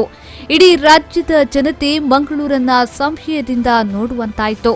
ಆತನನ್ನ ವೆನ್ಲಾಕ್ ಆಸ್ಪತ್ರೆಯಲ್ಲಿ ಇರಿಸಿ ಚಿಕಿತ್ಸೆ ನೀಡ್ತಾ ಇರುವಂತೆಯೇ ರಾತ್ರೋರಾತ್ರಿ ವೆನ್ಲಾಕ್ ಆಸ್ಪತ್ರೆಯ ಬಗ್ಗೆ ವೈರಲ್ ಆದ ಆಡಿಯೋವೊಂದು ಜಿಲ್ಲೆಯ ಜನತೆ ನಿದ್ದೆಯಲ್ಲೂ ಬೆಚ್ಚಿ ಬೀಳುವಂತೆ ಮಾಡಿತು. ವೆನ್ಲಾಕ್ ಆಸ್ಪತ್ರೆಯ ಕರ್ಮಕಾಂಡ ಬಯಲಾದ ಬೆನ್ನಲ್ಲೇ ಆಸ್ಪತ್ರೆಯ ಅಧೀಕ್ಷಕಿಯಾಗಿದ್ದ ರಾಜೇಶ್ವರಿ ದೇವಿಯವರನ್ನ ಎತ್ತಂಗಡಿ ಮಾಡಿದ ಜಿಲ್ಲಾಡಳಿತ ಅವರ ಸ್ಥಾನಕ್ಕೆ ಬಂಟ್ವಾಳದ ತಾಲೂಕು ಆಸ್ಪತ್ರೆಯಲ್ಲಿ ಮುಖ್ಯಸ್ಥರಾಗಿದ್ದ ಡಾ ಸದಾಶಿವ ಅವರನ್ನ ವೆನ್ಲಾಕ್ ಅಧೀಕ್ಷಕರನ್ನಾಗಿ ನೇಮಿಸಿತು. ಮಾತ್ರವಲ್ಲ, ವೆನ್ಲಾಕ್ನಲ್ಲಿದ್ದ ಆಯುಷ್ ಬ್ಲಾಕ್ ಅನ್ನ ಸಂಪೂರ್ಣ ಕೋವಿಡ್-19 ಚಿಕಿತ್ಸೆಯ ಬ್ಲಾಕ್ ಅನ್ನಾಗಿ ಪರಿವರ್ತಿಸಿ ರೋಗಿಗಳನ್ನ ಅಲ್ಲಿಗೆ ಶಿಫ್ಟ್ ಮಾಡಿತು. ಅಷ್ಟರಲ್ಲೇ ಕಾಸರಗೋಡು ಮೂಲದ 4ರಲ್ಲಿ ಸೋಂಕು ಕಾಣಿಸಿಕೊಂಡು ಸೋಂಕಿತರ ಸಂಖ್ಯೆ 5ಕ್ಕೆ ಏರಿಕೆಯಾಗಿಬಿಟ್ಟಿತು. ಕೂಡಲೇ ಎಚ್ಚೆತ್ತುಕೊಂಡ ಜಿಲ್ಲಾಡಳಿತ ಮಂಗಳೂರು ಕಾಸರಗೋಡು ಸಂಪರ್ಕದ ಎಲ್ಲ ಗಡಿಗಳನ್ನ ಬಂದ್ ಮಾಡಿಬಿಟ್ಟಿತು. ಯಾವ ಆಂಬ್ಯುಲೆನ್ಸ್ಗಳಿಗೂ ಜಿಲ್ಲೆಯಲ್ಲಿ ಎಂಟ್ರಿ ಇರಲಿಲ್ಲ. ಎಲ್ಲ ಮುನ್ನೆಚ್ಚರಿಕಾ ಕ್ರಮಗಳನ್ನ ತೆಗೆದುಕೊಂಡ ಬೆನ್ನಿಗೆ ಜಿಲ್ಲೆಗೆ ಮತ್ತೊಂದು ಆಘಾತ ಎದುರಾಗಿತ್ತು. ಅದು ಬಂಟ್ವಾಳ ತಾಲೂಕಿನ ಸಜಿಪನಡು ಗ್ರಾಮದ 10 ತಿಂಗಳ ಮಗು ಸೋಂಕಿಗೆ ತುತ್ತಾಗಿತ್ತು. ಈ ಪ್ರಕರಣವು ರಾಜ್ಯದಲ್ಲಿ ವಿಶಿಷ್ಟ ಪ್ರಕರಣವಾಗಿ ಗಮನ ಸೆಳೆದಿತ್ತು ಮತ್ತು ಆತಂಕಕ್ಕೂ ಕಾರಣವಾಗಿತ್ತು. ಎದೆಹಾಲು ಕುಡಿಯುವ ಪುಟ್ಟ ಕಂದನಿಗೆ ಚಿಕಿತ್ಸೆ ನೀಡುವುದು ವೈದ್ಯರಿಗೂ ಸವಾಲಾಗಿತ್ತು. ಅದರ ಬೆನ್ನಲ್ಲೇ ಬೆಳ್ತಂಗಡಿಯ ಕರಾಯತ ಯುವಕ, ಸುಳ್ಯದ ಅಜ್ಜಾಪುರದ ವ್ಯಕ್ತಿ ಸಹಿತ ಒಟ್ಟು ಜಿಲ್ಲೆಯಲ್ಲಿ 12 ಪ್ರಕರಣಗಳು ದಾಖಲಾಗಿದ್ದವು. ಎಲ್ಲವನ್ನೂ ಸವಾಲಾಗಿ ಸ್ವೀಕರಿಸಿದ ಜಿಲ್ಲಾಡಳಿತ ಆರೋಗ್ಯ ಇಲಾಖೆಯು ಹಗಲು ರಾತ್ರಿ ಶ್ರಮಿಸಿತು. ಎಲ್ಲರಿಗೂ ಐಸೋಲೇಷನ್ನಲ್ಲಿ ಚಿಕಿತ್ಸೆ ಮುಂದುವರಿಸಿತು. ಆದರೆ ಪುಟ್ಟ ಮಗುವಿಗೆ ಐಸೋಲೇಷನ್ನೊಂದಿಗೆ ಚಿಕಿತ್ಸೆ ನೀಡುವುದು ಬಹಳ ಸೂಕ್ಷ್ಮವಾಗಿತ್ತು. ವೈದ್ಯರು ಈ ಸವಾಲನ್ನ ಬಹಳ ನಾಜೂಕಾಗಿ ನಿರ್ವಹಿಸಿದ್ದು, ವೆನ್ಲಾಕ್ ಹಾಗೂ ಖಾಸಗಿ ಆಸ್ಪತ್ರೆಯ ವೈದ್ಯರು ಗುಣಮಟ್ಟದ ಚಿಕಿತ್ಸೆಯನ್ನ ನೀಡಿ ಮಗುವನ್ನ ಗುಣಮುಖಗೊಳಿಸಿದ್ದಾರೆ. ಈಗ ಮಗು ಸಹಿತ ಒಟ್ಟು 6 ಮಂದಿ ಬಿಡುಗಡೆಗೊಂಡಿದ್ದಾರೆ.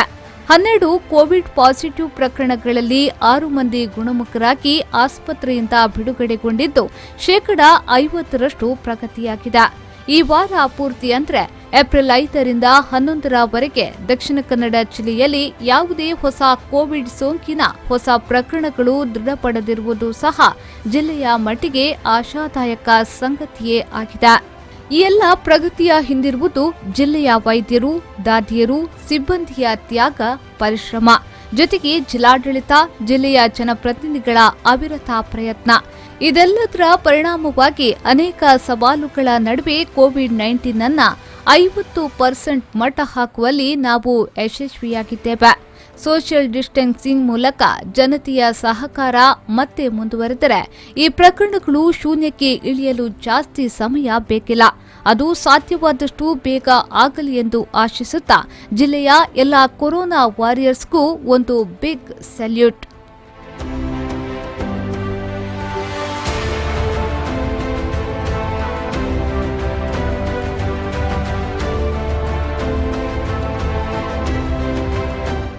Bureau report B4 News 24/7 Mangaluru.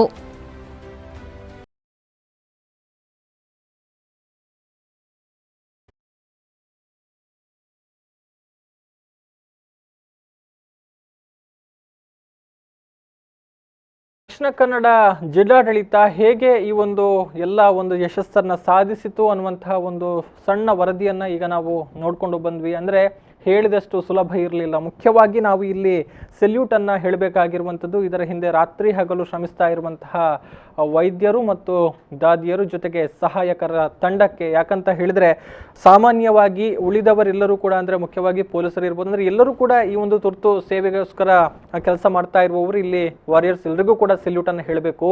ಅದರಲ್ಲೂ ಒಂದು ತೂಕ ಹೆಚ್ಚು ಯಾರ್ದು ಅಂತ ಹೇಳಿದ್ರೆ ಈಗ ಹೇಳಿದಂತಹ ವೈದ್ಯರು ಜೊತೆಗೆ ನರ್ಸ್ಗಳು ಜೊತೆಗೆ ಸಹಾಯಕರದ್ದು. ಯಾಕಂತ ಹೇಳಿದ್ರೆ ಎಲ್ಲರೂ ಕೂಡ ಆವತ್ತಿನ ಕರ್ತವ್ಯವನ್ನ ಮುಗಿಸಿ ಮನೆಗೆ ತೆರಳುವಂತಹ ಅವಕಾಶಗಳಿದೆ. ಆದರೆ ಆರೋಗ್ಯಕ್ಕೆ ಸಂಬಂಧಪಟ್ಟ ಹಾಗೆ ಅಥವಾ ಆರೋಗ್ಯ ಕ್ಷೇತ್ರದಲ್ಲಿ ಸೇವೆಯನ್ನ ಸಲ್ಲಿಕೆ ಮಾಡುವವರು ತಮ್ಮ ಕೆಲಸ ಮುಗಿದ್ರು ಕೂಡ ತಾವು ತಮ್ಮ ಮನೆಯವರನ್ನ ನೋಡೋದಿಕ್ಕೆ ಆಗೋದಿಲ್ಲ. ಮನೆಗೆ ಹೋಗಿ ಮನೆಯ ತಿಂಡಿಯನ್ನ ಸವಿದು ಆರಾಮವಾಗಿ ನಿದ್ದೆ ಮಾಡಿ ನಾಳೆ ಬರೋಣ ಅಂತ ಹೇಳಿದ್ರೆ ಅದು ಕೂಡ ಸಾಧ್ಯ ಆಗೋದಿಲ್ಲ. ಯಾಕಂತ ಹೇಳಿದ್ರೆ ಅಲ್ಲಿ ಅವರು ಸೋಂಕಿಗೆ ತುತ್ತಾದವರಿಗೆ ಚಿಕಿತ್ಸೆಯನ್ನ ಕೊಡ್ತಾರೆ.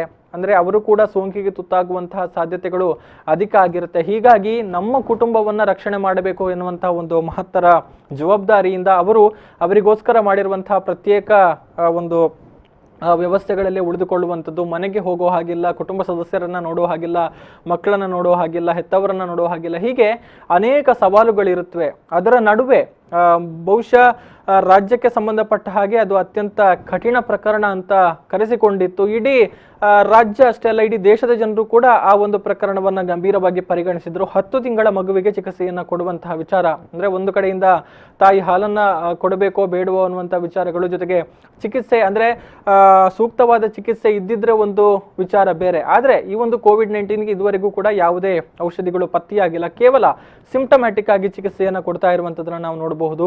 ಅಂತಹ ಪರಿಸ್ಥಿತಿಯಲ್ಲಿ 10 ತಿಂಗಳ ಮಗುವಿಗೆ ಚಿಕಿತ್ಸೆ ಕೊಡುವಂಥದ್ದು ಅಂತ ಹೇಳಿದರೆ ಅದು ಹೇಳಿದಷ್ಟು ಸುಲಭದ ವಿಚಾರ ಅಲ್ಲ. ಅದರ ಕಷ್ಟ ಅಥವಾ ಅದರ ಹಿಂದಿರುವಂತಹ ಸವಾಲುಗಳು ಅದನ್ನು ಎದುರಿಸಿದವರಿಗೆ ಮಾತ್ರ ಗೊತ್ತಾಗುವಂಥದ್ದು. ಹೀಗಾಗಿ ಎಲ್ಲರೂ ಕೂಡ ಬಹಳಷ್ಟು ನಿರೀಕ್ಷೆಯಿಂದ ನೋಡ್ತಾ ಇದ್ರು, ಕುತೂಹಲದಿಂದ ಕಾಯ್ತಾ ಇದ್ರು. ಆ ಒಂದು ಪ್ರಕರಣವನ್ನು ಕೂಡ ಅತ್ಯಂತ ಯಶಸ್ವಿಯಾಗಿ ನಿಭಾಯಿಸಿದೆ. ಜೊತೆಗೆ ಕೆಲವೊಂದು ಕಠಿಣ ನಿರ್ಧಾರಗಳನ್ನು ಕೂಡ ತೆಗೆದುಕೊಂಡಿರುವಂತಹ ಜಿಲ್ಲಾಡಳಿತ. ಈ ಎಲ್ಲ ಅಂದ್ರೆ ಇಡೀ ಜಿಲ್ಲೆಯಲ್ಲಿ ಹಬ್ಬುವಂತಹ ಆತಂಕ ಇತ್ತು. ಅದಕ್ಕೆ ಸಂಬಂಧಪಟ್ಟ ಹಾಗೆ ಜನಪ್ರತಿನಿಧಿಗಳ ಜೊತೆಗೆ ನಿರಂತರವಾಗಿ ಸಮನ್ವಯತೆಯನ್ನು ಕಾಯ್ದುಕೊಂಡು ಎಲ್ಲರ ಸಲಹೆ ಅಭಿಪ್ರಾಯಗಳನ್ನು ಪಡೆದುಕೊಂಡು ಏನಾಗಬೇಕು ಅನ್ನುವಂಥ ನಿಟ್ಟಿನಲ್ಲಿ ಅಲರ್ಟ್ ಆಗಿ ಕೆಲಸವನ್ನ ಮಾಡಿದಂತಹ ಪರಿಣಾಮ ಇವತ್ತು ದಕ್ಷಿಣ ಕನ್ನಡ ಜಿಲ್ಲೆಯಲ್ಲಿ ಇದ್ದ ಪ್ರಕರಣಗಳು 12, ಅದರಲ್ಲಿ ಈಗ ಇರುವಂತಹ ಪ್ರಕರಣಗಳು ಆಕ್ಟಿವ್ ಆಗಿರುವಂಥದ್ದು ಕೇವಲ 5. 7 ಮಂದಿ ಡಿಸ್ಚಾರ್ಜ್ ಆಗಿ ಮನೆಗೆ ಹೋಗಿದ್ದಾರೆ. ಬಹುಶಃ ಈ ಸಂದರ್ಭದಲ್ಲಿ ಎಲ್ಲರೂ ಕೂಡ ಹ್ಯಾಟ್ಸ್ ಆಫ್ ಹೇಳಲೇಬೇಕು. ನಿರಂತರವಾಗಿ ಈ ಒಂದು ಮಹಾಮಾರಿ ವಿರುದ್ಧ ಹೋರಾಟವನ್ನು ಮಾಡಿರುವಂತಹ COVID-19 ವಾರಿಯರ್ಸ್ಗೆ.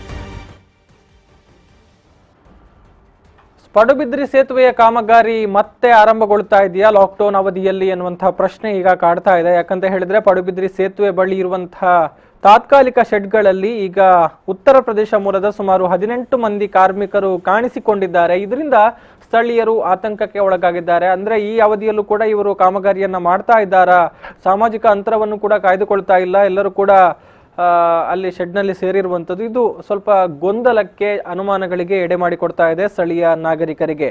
ಅಂದ್ರೆ ಉತ್ತರ ಪ್ರದೇಶ ಮೂಲದ ಈ ಕಾರ್ಮಿಕರು ನವಯುಗ ಕಂಪನಿಗೆ ಸೇರಿದಂತಹ ಕಾರ್ಮಿಕರು ಅಂತ ಹೇಳಲಾಗ್ತಾ ಇದ್ದು, ಕಳೆದ 10 ವರ್ಷಗಳ ಹಿಂದೆ ಆರಂಭಗೊಂಡು ಈಗಲೂ ಕೂಡ ಅರೆಬರೆ ಸ್ಥಿತಿಯಲ್ಲಿರುವಂತಹ ಸೇತುವೆ ಕಾಮಗಾರಿಗೆ ಬಂದಿದ್ದಾರೆ ಅನ್ನುವಂತಹ ಮಾಹಿತಿಗಳನ್ನ ಸ್ಥಳೀಯರು ಹೇಳಿದ್ದಾರೆ. ಆದ್ರೆ ಇವರು ಈವರೆಗೆ ಎಲ್ಲಿದ್ರು ಅನ್ನೋದಕ್ಕೆ ಯಾವುದೇ ಕೂಡ ಉತ್ತರಗಳು ಕೂಡ ಸಿಗ್ತಾ ಇಲ್ಲ. ಕೊರೋನಾ ಭೀತಿಯಲ್ಲಿರುವಂತಹ ಜನತೆಗೆ ಇದು ಆತಂಕವನ್ನ ತಂದೊಡ್ಡಿದೆ. ಸ್ಥಳೀಯ ಕೂಲಿ ಕಾರ್ಮಿಕರನ್ನ ಗೃಹ ಬಂಧನದಲ್ಲಿಟ್ಟು ಹೊರ ರಾಜ್ಯದ ಕಾರ್ಮಿಕರಿಗೆ ಜಿಲ್ಲೆಯಲ್ಲಿ ಮಣೆ ಹಾಕಿದ್ದು ಯಾರು ಅನ್ನುವಂತಹ ಪ್ರಶ್ನೆಗಳು ಈಗ ಸ್ಥಳೀಯರಿಂದ ಕೇಳಿ ಬರ್ತಾ ಇದೆ.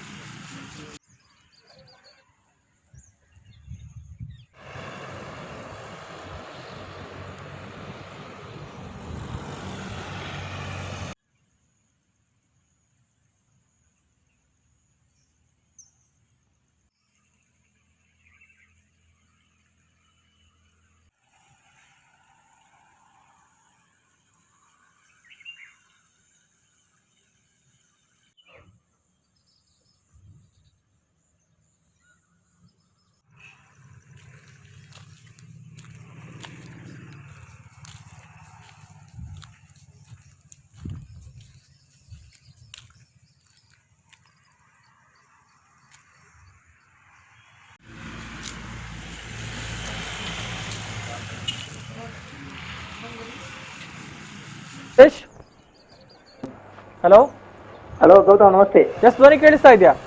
ಕೇಳ್ತಾ ಇದೆ. ಎಸ್, ಏನಿದು ಹೊಸ ಬೆಳವಣಿಗೆ ಕೋವಿಡ್-19 ಅಂತ ಆತಂಕದ ಮಧ್ಯೆ ಅನ್ನುವಂಥದ್ದು? ಅದೇ ಪಡುಬಿದ್ರಿ, ಯಾಕೆಂದ್ರೆ ಆಮೆಗತಿಯಲ್ಲಿ ನಡೆಯುತ್ತಿರುವಂತಹ ಕಾಮಗಾರಿ, ಯಾಕೆಂದ್ರೆ ಸುಮಾರು 10 ವರ್ಷಗಳಿಂದ ಈ ಒಂದು ಹೆದ್ದಾರಿ ಕಾಮಗಾರಿ ಕುಂಠಿತ ಸಾಗ್ತಾ ಇತ್ತು. ಇದೀಗ ಯಾಕೆಂದ್ರೆ ಒಂದು ಯಾಕೆಂದ್ರೆ ಪೂರಕವಾದ ಒಂದು ವ್ಯವಸ್ಥೆ ಇರುವಾಗ್ಲೇ ಆ ಕಾಮಗಾರಿ ನಡೆಸ್ತಾ ಇರ್ಲಿಲ್ಲ. ಆದ್ರೆ ಇದ್ದಕ್ಕಿದ್ದಂತೆ ಈಗ ನಿನ್ನೆ ರಾತ್ರಿ ಸುಮಾರು 18 ಜನ, ಉತ್ತರ ಪ್ರದೇಶದ 18 ಮಂದಿ ಈ ಒಂದು ಭಾಗದಲ್ಲಿ ಬಂದು ಈ ಒಂದು ಏನು 3 ಅಲ್ಲಿ ಶೆಡ್ಗಳಿದೆ, ಆ 3 ಶೆಡ್ಗಳಲ್ಲಿ 18 ಮಂದಿ ಯಾವುದೇ ಸಾಮಾಜಿಕ ಅಂತರ ಇಲ್ಲದೆ ಅಲ್ಲಿ ಯಾಕೆಂದ್ರೆ ಅಡುಗೆ ಮಾಡುವುದಾಗ್ಲಿ, ಅದು ಅವರ ದಿನನಿತ್ಯ ಬಳಕೆ ಎಲ್ಲಾನು ತಯಾರು ಮಾಡ್ತಾ ಇದ್ರು ಅಲ್ಲಿ. ಯಾಕಂದ್ರೆ ಅವರಲ್ಲಿ ಕೇಳಿದಾಗ ಹೇಳ್ತಾರೆ, ನಮ್ಗೆ ನವಯುಗದವರು ಹೇಳಿದ್ದಾರೆ, ನಾವು ಇಲ್ಲಿಗೆ ಬಂದಿದ್ದೇವೆ, ನಾವು ಇಲ್ಲಿ ಏನು ಸೇತುವೆ ಕಾಮಗಾರಿ ಆಗ್ಲಿಕ್ಕೆ ಇದೆ ಅಂತ ಹೇಳಿ. ಹಾಗೆ ಕೇವಲ ಅವರು ಮಾತ್ರ ಅಲ್ಲ, ಇಲ್ಲಿ ಒಂದು ಬಾಗಲಕೋಟೆ ಬಿಜಾಪುರ ಮೂಲದ ವ್ಯಕ್ತಿಗಳು ಕೂಡ ಅಲ್ಲಿ ಕಾಮಗಾರಿಗೆ ಅಂತ ಹೇಳಿ ಬಂದಿದ್ದಾರೆ ಅಲ್ಲಿ. ಓಕೆ. ಈ ಒಟ್ಟಿಗೆ ಈಗ ಸ್ಥಳೀಯರು ಆತಂಕ ವ್ಯಕ್ತಪಡಿಸ್ತಾ ಇದ್ದಾರೆ. ಈಗ ಈ ಸ್ಥಿತಿಯಲ್ಲಿರುವಾಗ ಸ್ಥಳೀಯ ಕಾರ್ಮಿಕರನ್ನ ಗೃಹ ಬಂಧನದಲ್ಲಿಟ್ಟಂತ ಏನು ಜಿಲ್ಲಾಡಳಿತ ಈಗ ಇವರನ್ನ ಇಲ್ಲಿ ಒಂದು ಕಾರ್ಮಿಕರನ್ನ ಇಲ್ಲಿ ಕೆಲಸಕ್ಕೆ ಬಿಟ್ಟದ್ದಂತೂ ಬಹಳಷ್ಟು ಆತಂಕಕಾರಿ ವಿಚಾರ. ಯಾಕೆಂದ್ರೆ ಅವರಿಗೆ ಆ ಉತ್ತರ ಪ್ರದೇಶದಿಂದ ಬಂದಂತವರಿಗೆ ಏನಿದೆ ಏನಿಲ್ಲ ಅಂತ ಎಂಬುದು ಇಷ್ಟನ್ನು ಕೂಡ ಸ್ಥಳೀಯರಿಗೆ ದೃಢಪಟ್ಟಿಲ್ಲ. ಒಂದು ವೇಳೆ ಏನಾದ್ರೂ ಸಮಸ್ಯೆ ಇದ್ರೆ ನಾವು ಸ್ಥಳೀಯರಾದ ನಾವು ಆ ಬಗ್ಗೆ ಹೇಗೆ ಅಲ್ಲಿ ಕಾರ್ಯಾಚರಿಸುವ, ಅಲ್ಲಿ ನಾವು ಬದುಕುವಂತ ರೀತಿ ಹೇಗೆ ಎಂಬುದು ಈ ಸ್ಥಳೀಯರ ಆತಂಕ ವ್ಯಕ್ತಪಡಿಸ್ತಾರೆ ಗೌತಮ್. ಓಕೆ, ಅಂದ್ರೆ ಇಷ್ಟು ದಿನ ಎಲ್ಲಿದ್ರು ಇವರು? ಅಂದ್ರೆ ಈ ಹಿಂದೆ ಇಲ್ಲೇ ಇದ್ರ ಅಥವಾ ಈಗ ಬಂದಿರುವಂತದ್ದ ಅಂತ ಈಗ?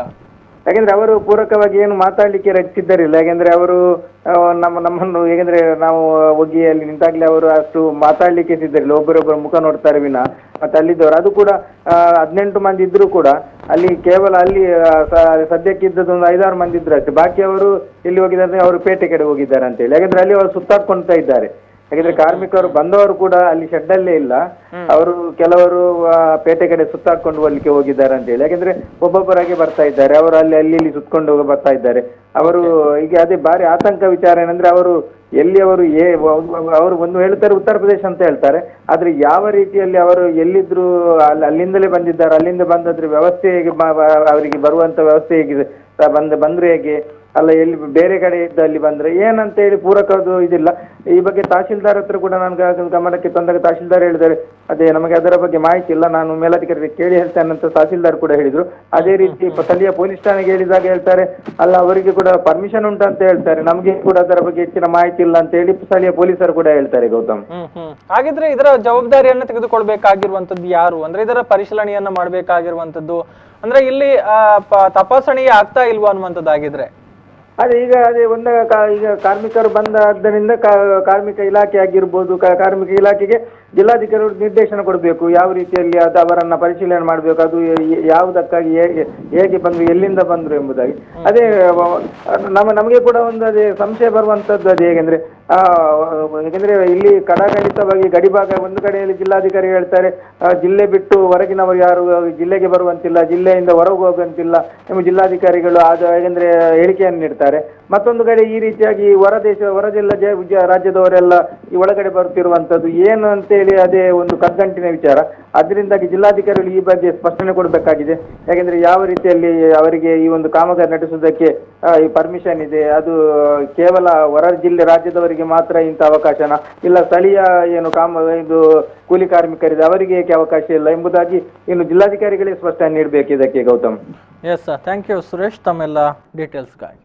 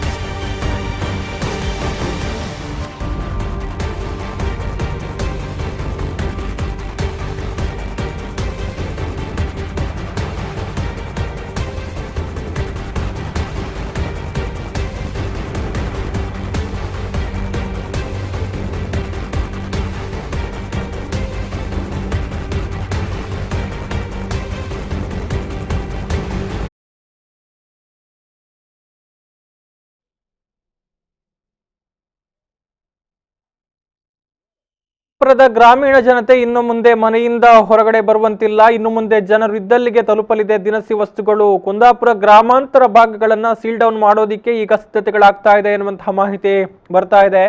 ಈ ಬಗ್ಗೆ ಮಾರ್ಗಸೂಚಿ ಕೂಡ ಸಿದ್ಧಗೊಳ್ತಾ ಇದೆ. ಎಎಸ್ಪಿ ಹರಿರಾಮ್ ಶಂಕರ್ ಅವರ ನೇತೃತ್ವದಲ್ಲಿ ಇವತ್ತಿನಿಂದಲೇ ಪ್ರಾಯೋಗಿಕವಾಗಿ ಜಾರಿಗೆ ಬರ್ತಾ ಇದೆ. ಅಂದ್ರೆ ಜನತೆಗೆ ಬೇಕಿರುವಂತಹ ವಸ್ತುಗಳನ್ನ ಮನೆಗೆ ತಲುಪಿಸುವಂತಹ ಕೆಲಸವನ್ನ ಕೋವಿಡ್ ಟಾಸ್ಕ್ ಫೋರ್ಸ್ ಮಾಡುತ್ತೆ. ಅದಕ್ಕೋಸ್ಕರ ಈಗ ಪ್ರತಿ ವಾರ್ಡ್ಗೆ ಇಬ್ಬರಂತೆ ಸ್ವಯಂ ಸೇವಕರನ್ನ ಕೂಡ ನೇಮಕ ಮಾಡಲಾಗಿದೆ. 200 ಮನೆಗಳಿಗೆ ಒಂದು ವಾಹನ, ಇಬ್ಬರು ಸ್ವಯಂ ಸೇವಕರು ಇರ್ತಾರೆ. ಮನೆಗಳಿಗೆ ಬೇಕಾದಂತಹ ವಸ್ತುಗಳನ್ನ ಅವರೇ ಸಪ್ಲೈ ಮಾಡ್ತಾರೆ. ಇನ್ನು ಮುಂದೆ ರಸ್ತೆಯಲ್ಲಿ ಅನಗತ್ಯವಾಗಿ ಓಡಾಡುವಂತಿಲ್ಲ. ಇನ್ ಕೇಸ್ ಅಂತಹ ಪ್ರಕರಣಗಳು ಕಂಡು ಬಂದ್ರೆ ವಾಹನಗಳನ್ನ ವಶಪಡಿಸಿಕೊಳ್ಳುವಂತಹ ಪ್ರಕ್ರಿಯೆ ತೀವ್ರಗೊಳ್ಳುತ್ತೆ. ವೈದ್ಯಕೀಯ ಕಾರಣಗಳಿಗೆ ಮಾತ್ರ ಓಡಾಟಕ್ಕೆ ಅವಕಾಶ. ಉಪವಿಭಾಗದ 64 PDOಗಳು, ಇಬ್ಬರು ತಾಲೂಕು ಪಂಚಾಯತ್ ಎಕ್ಸಿಕ್ಯೂಟಿವ್ ಆಫೀಸರ್ಗಳಿಂದ ನಿರ್ವಹಣೆ ಆಗುತ್ತೆ. ಇದರ ಮೇಲ್ವಿಚಾರಣೆಯನ್ನು ಅವರು ನೋಡಿಕೊಳ್ತಾರೆ. ಇನ್ನೆರಡು ದಿನಗಳಲ್ಲಿ ಪೂರ್ಣ ಪ್ರಮಾಣದಲ್ಲಿ ಹೋಮ್ ಡೆಲಿವರಿ ವ್ಯವಸ್ಥೆಯನ್ನ ಇಲ್ಲಿ ಜಾರಿಗೆ ತರಲಾಗುತ್ತೆ. ಕುಂದಾಪುರ ಪುರಸಭಾ ವ್ಯಾಪ್ತಿಯನ್ನ ಸದ್ಯಕ್ಕೆ ಈ ಒಂದು ವಿಚಾರದಿಂದ ಹೊರಗಡೆ ಇಡಲಾಗಿದೆ. ಇಂದಿನಿಂದಲೇ ಇದರ ಬಗ್ಗೆ ಅರಿವು ಮೂಡಿಸುವಂತಹ ಪ್ರಯತ್ನ ಪೊಲೀಸರಿಂದ ಆಗ್ತಾ ಇದೆ. ಗಂಗೊಳ್ಳಿ ಪೊಲೀಸ್ ಸಿಬ್ಬಂದಿಗಳು ಜನತೆಗೆ ಈ ಒಂದು ನಿಯಮಗಳ ಬಗ್ಗೆ, ಹೊಸ ವಿಚಾರಗಳ ಬಗ್ಗೆ ಜಾಗೃತಿ ಮೂಡಿಸುವಂಥದ್ದು, ಅರಿವು ಮೂಡಿಸುವಂತಹ ಪ್ರಯತ್ನಗಳನ್ನು ಕೂಡ ಮಾಡ್ತಾ ಇದ್ದಾರೆ. ನಾಯಕವಾಡಿ ಚೆಕ್ ಪೋಸ್ಟ್ ನಲ್ಲಿ ಪೊಲೀಸರು ಈ ಬಗ್ಗೆ ಜನರಿಗೆ ಮಾಹಿತಿಯನ್ನ ಕೊಡ್ತಾ ಇರುವಂತಹ ವಿಚಾರಗಳು, ಹೊಸ ಮಾರ್ಗಸೂಚಿಯ ಬಗ್ಗೆ ಡೀಟೇಲ್ ಆಗಿ ಅವರಿಗೆ ಎಕ್ಸ್ಪ್ಲೇನ್ ಮಾಡುವಂತಹ ಒಂದು ಪ್ರಕ್ರಿಯೆಗಳನ್ನು ಕೂಡ ಅವರು ಮಾಡ್ತಾ ಇದ್ದಾರೆ ಅನ್ನುವಂತಹ ಡೀಟೇಲ್ಸ್ ಈಗ ಲಭ್ಯವಾಗ್ತಾ ಇದೆ.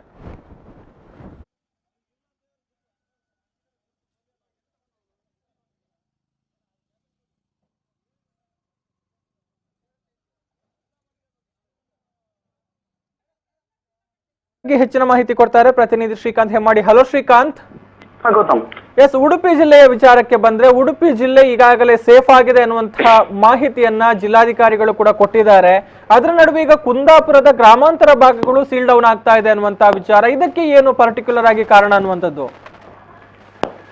ಹೌದು ಗೌತಮ್, ಅಂತ ಹೇಳಿದ್ರೆ ಕೊರೋನಾ ತಡೆಗಟ್ಟುವಿಕೆಯಲ್ಲಿ ಮಹತ್ವದ ಹೆಜ್ಜೆಯಾಗಿ ಜನರು ಮನೆಯಿಂದ ರಸ್ತೆಗೆ ಬರುವುದನ್ನು ಸಂಪೂರ್ಣವಾಗಿ ತಡೆಯುವ ಸಲುವಾಗಿ ಏಪ್ರಿಲ್ 13 ಅಂತ ಹೇಳಿದ್ರೆ ಇಂದಿನಿಂದಲೇ ಕುಂದಾಪುರ ಪೊಲೀಸ್ ಉಪವಿಭಾಗದ 8 ಠಾಣಾ ವ್ಯಾಪ್ತಿಗಳಲ್ಲಿ ದಿನಸಿ ಮತ್ತು ಅಗತ್ಯ ಸಾಮಗ್ರಿಗಳನ್ನ ಮನೆಗೆ ತಲುಪಿಸುವ ಹೋಮ್ ಡೆಲಿವರಿ ವ್ಯವಸ್ಥೆ ಜಾರಿಗೆ ತರಲಾಗಿದೆ. ಈ ಕುರಿತು ನಿನ್ನೆ ಅಂತ ಹೇಳಿದ್ರೆ ಭಾನುವಾರ ಕುಂದಾಪುರ ಉಪವಿಭಾಗದ ಎಎಸ್ಪಿ ಆಗಿರ್ತಕ್ಕಂಥ ಹರಿರಾಮ್ ಶಂಕರ್ ಅವರು ಪತ್ರಿಕಾ ಪ್ರಕಟಣೆಯಲ್ಲಿ ತಿಳಿಸಿರುವಂತದ್ದು. ಅಂತ ಹೇಳಿದ್ರೆ ಮೊದಲು ಈ ವ್ಯವಸ್ಥೆ ಕುರಿತಾಗಿ 3 ದಿನಗಳ ಕಾಲ ಜನರಿಗೆ ಮಾಹಿತಿಯನ್ನು ನೀಡಲಾಗ್ತದೆ, ಸಂಪೂರ್ಣವಾಗಿ ಮಾಹಿತಿಯನ್ನು ನೀಡಲಾಗ್ತದೆ. ಆ ಬಳಿಕ ಸಂಪೂರ್ಣವಾಗಿ ಈ ಒಂದು ವ್ಯವಸ್ಥೆಯನ್ನ ಜಾರಿಗೆ ತಂದು ಜನರು ಮನೆಗಳಿಂದ ರಸ್ತೆಗೆ ಬರುವುದನ್ನ ತಡೆಯುವ ನಿಟ್ಟಿನಲ್ಲಿ ಈ ಒಂದು ಮಾರ್ಗಸೂಚಿಯನ್ನು ನಾವು ಅಳವಡಿಸ್ತೇವೆ ಅಂತಕ್ಕಂಥ ಮಾತನ್ನ ಈಗಾಗಲೇ ಒಂದು ಹರಿರಾಮ್ ಶಂಕರ್ ಅವರು ಹೇಳಿರ್ತಕ್ಕಂಥದ್ದು. ಅಂತ ಹೇಳಿದ್ರೆ ಕುಂದಾಪುರ ಉಪವಿಭಾಗದ ಕುಂದಾಪುರ ಆಗಿರ್ಬೋದು, ಬೈಂದೂರು ಆಗಿರ್ಬೋದು, ಮತ್ತು ಗಂಗೊಳ್ಳಿ, ಶಂಕರನಾರಾಯಣ, ಕುಂದಾಪುರ ಗ್ರಾಮಾಂತರ, ಕಂಡ್ಲೂರು, ಕೊಲ್ಲೂರು, ಕೋಟಾ, ಅಮ್ಮಸ್ಬೈಲು ಹೀಗೆ ಒಟ್ಟು ಒಂದು 8 ಪೊಲೀಸ್ ಠಾಣಾ ವ್ಯಾಪ್ತಿಯಲ್ಲಿ ಈ ಒಂದು ಯೋಜನೆಯನ್ನ ಪ್ರಾಯೋಗಿಕವಾಗಿ ಕೈಗೆತ್ತಿಕೊಳ್ಳಲಾಗಿದೆ ಗೌತಮ್. ಓಕೆ, ಅಂದ್ರೆ ಈಗ ಸದ್ಯಕ್ಕೆ ಪುರಸಭೆಯನ್ನ ಹೊರಗೆ ಇಡಲಾಗಿದೆ. ಅಂದ್ರೆ ಇದು 100% ಸಕ್ಸಸ್ಫುಲ್ ಆಗಿ ಆಗುತ್ತಾ? ಅಂದ್ರೆ ಪ್ರತಿ ಮನೆಗಳಿಗೆ ತಲುಪಿಸೋದಂತ ಹೇಳಿದ್ರೆ ಅಲ್ಲಿ ಸಾಕಷ್ಟು ಸವಾಲುಗಳಿರುತ್ತೆ, ಅದೆಲ್ಲವನ್ನು ಕೂಡ ಯಶಸ್ವಿಯಾಗಿ ನಿಭಾಯಿಸೋದಕ್ಕೆ ಆಗುತ್ತಾ ಅನ್ನುವಂಥದ್ದಿಲ್ಲಿ? ಹಾಗೂ ಅದೇ ಈಗ ಅಂತ ಹೇಳಿದ್ರೆ ಪ್ರಮುಖ ಪ್ರಶ್ನೆ ಆಗಿರ್ತಕ್ಕಂಥದ್ದು. ಅಂತ ಹೇಳಿದ್ರೆ ಪ್ರತಿ ಗ್ರಾಮಾಂತರ ಭಾಗದ ಒಂದು ವಾರ್ಡ್ಗೆ ಒಂದು ಇಬ್ಬರು ಸ್ವಯಂ ಸೇವಕರನ್ನ ನೇಮಿಸಲಾಗ್ತದೆ. ಅಂತ ಹೇಳಿದ್ರೆ ಹೋಮ್ ಡೆಲಿವರಿ ಬಾಯ್ಸ್ ಅನ್ನ ನೇಮಿಸಲಾಗ್ತದೆ. ಇದು ಒಂದು 62 PDOಗಳು ಮತ್ತು 2 ತಾಪಂ ಇಒಗಳು ಈ ಒಂದು ತಂಡವನ್ನು ನಿರ್ವಹಣೆ ಮಾಡ್ತಾರೆ. ಪ್ರತಿ ವಾರ್ಡ್ಗೂ ನೇಮಕ ಮಾಡಿರ್ತಕ್ಕಂಥ ಇಬ್ಬರು ಸದಸ್ಯರಿಗೆ ಒಂದು ವಾಹನವನ್ನ ಕೊಡಲಾಗ್ತದೆ. ಆ ವಾಹನದಲ್ಲಿ ಅವರು ಅಗತ್ಯ ವಸ್ತುಗಳನ್ನು, ಸಾಮಗ್ರಿಗಳನ್ನು ಅವರ ವಾರ್ಡಿನ ಮನೆಗಳಿಗೆ, ಕುಟುಂಬಗಳಿಗೆ ತಲುಪಿಸುವಂತಹ ಕೆಲಸವನ್ನ ಮಾಡಲಾಗ್ತದೆ. ಹಾಗೆ ಆ ನಿಟ್ಟಿನಲ್ಲಿ ಇವತ್ತಿನಿಂದಲೂ ಕೂಡ ಅದು ಜಾರಿಗೆ ಬರಲಾಗಿದ್ರು ಕೂಡ ಜನರು ಎಂದಿನಂತೆ ಕೂಡ ರಸ್ತೆಯಲ್ಲಿ ಸಂಚಾರವನ್ನ ನಡೆಸ್ತಾ ಇದ್ದಾರೆ. ಬೆಳಗ್ಗೆ 7ರಿಂದ ಆಗಿರ್ಬೋದು 11 ಗಂಟೆ ತನಕವೂ ಕೂಡ ಜನರು ತಮ್ಮ ದಿನನಿತ್ಯದ ಸಾಮಗ್ರಿಗಳನ್ನ ಖರೀದಿಸಲು ಮುಗಿಬಿದ್ದಿರುವಂತಹ ದೃಶ್ಯಗಳು ಇವತ್ತು ಕೂಡ ಕಂಡು ಬಂದಿರತಕ್ಕಂಥದ್ದು.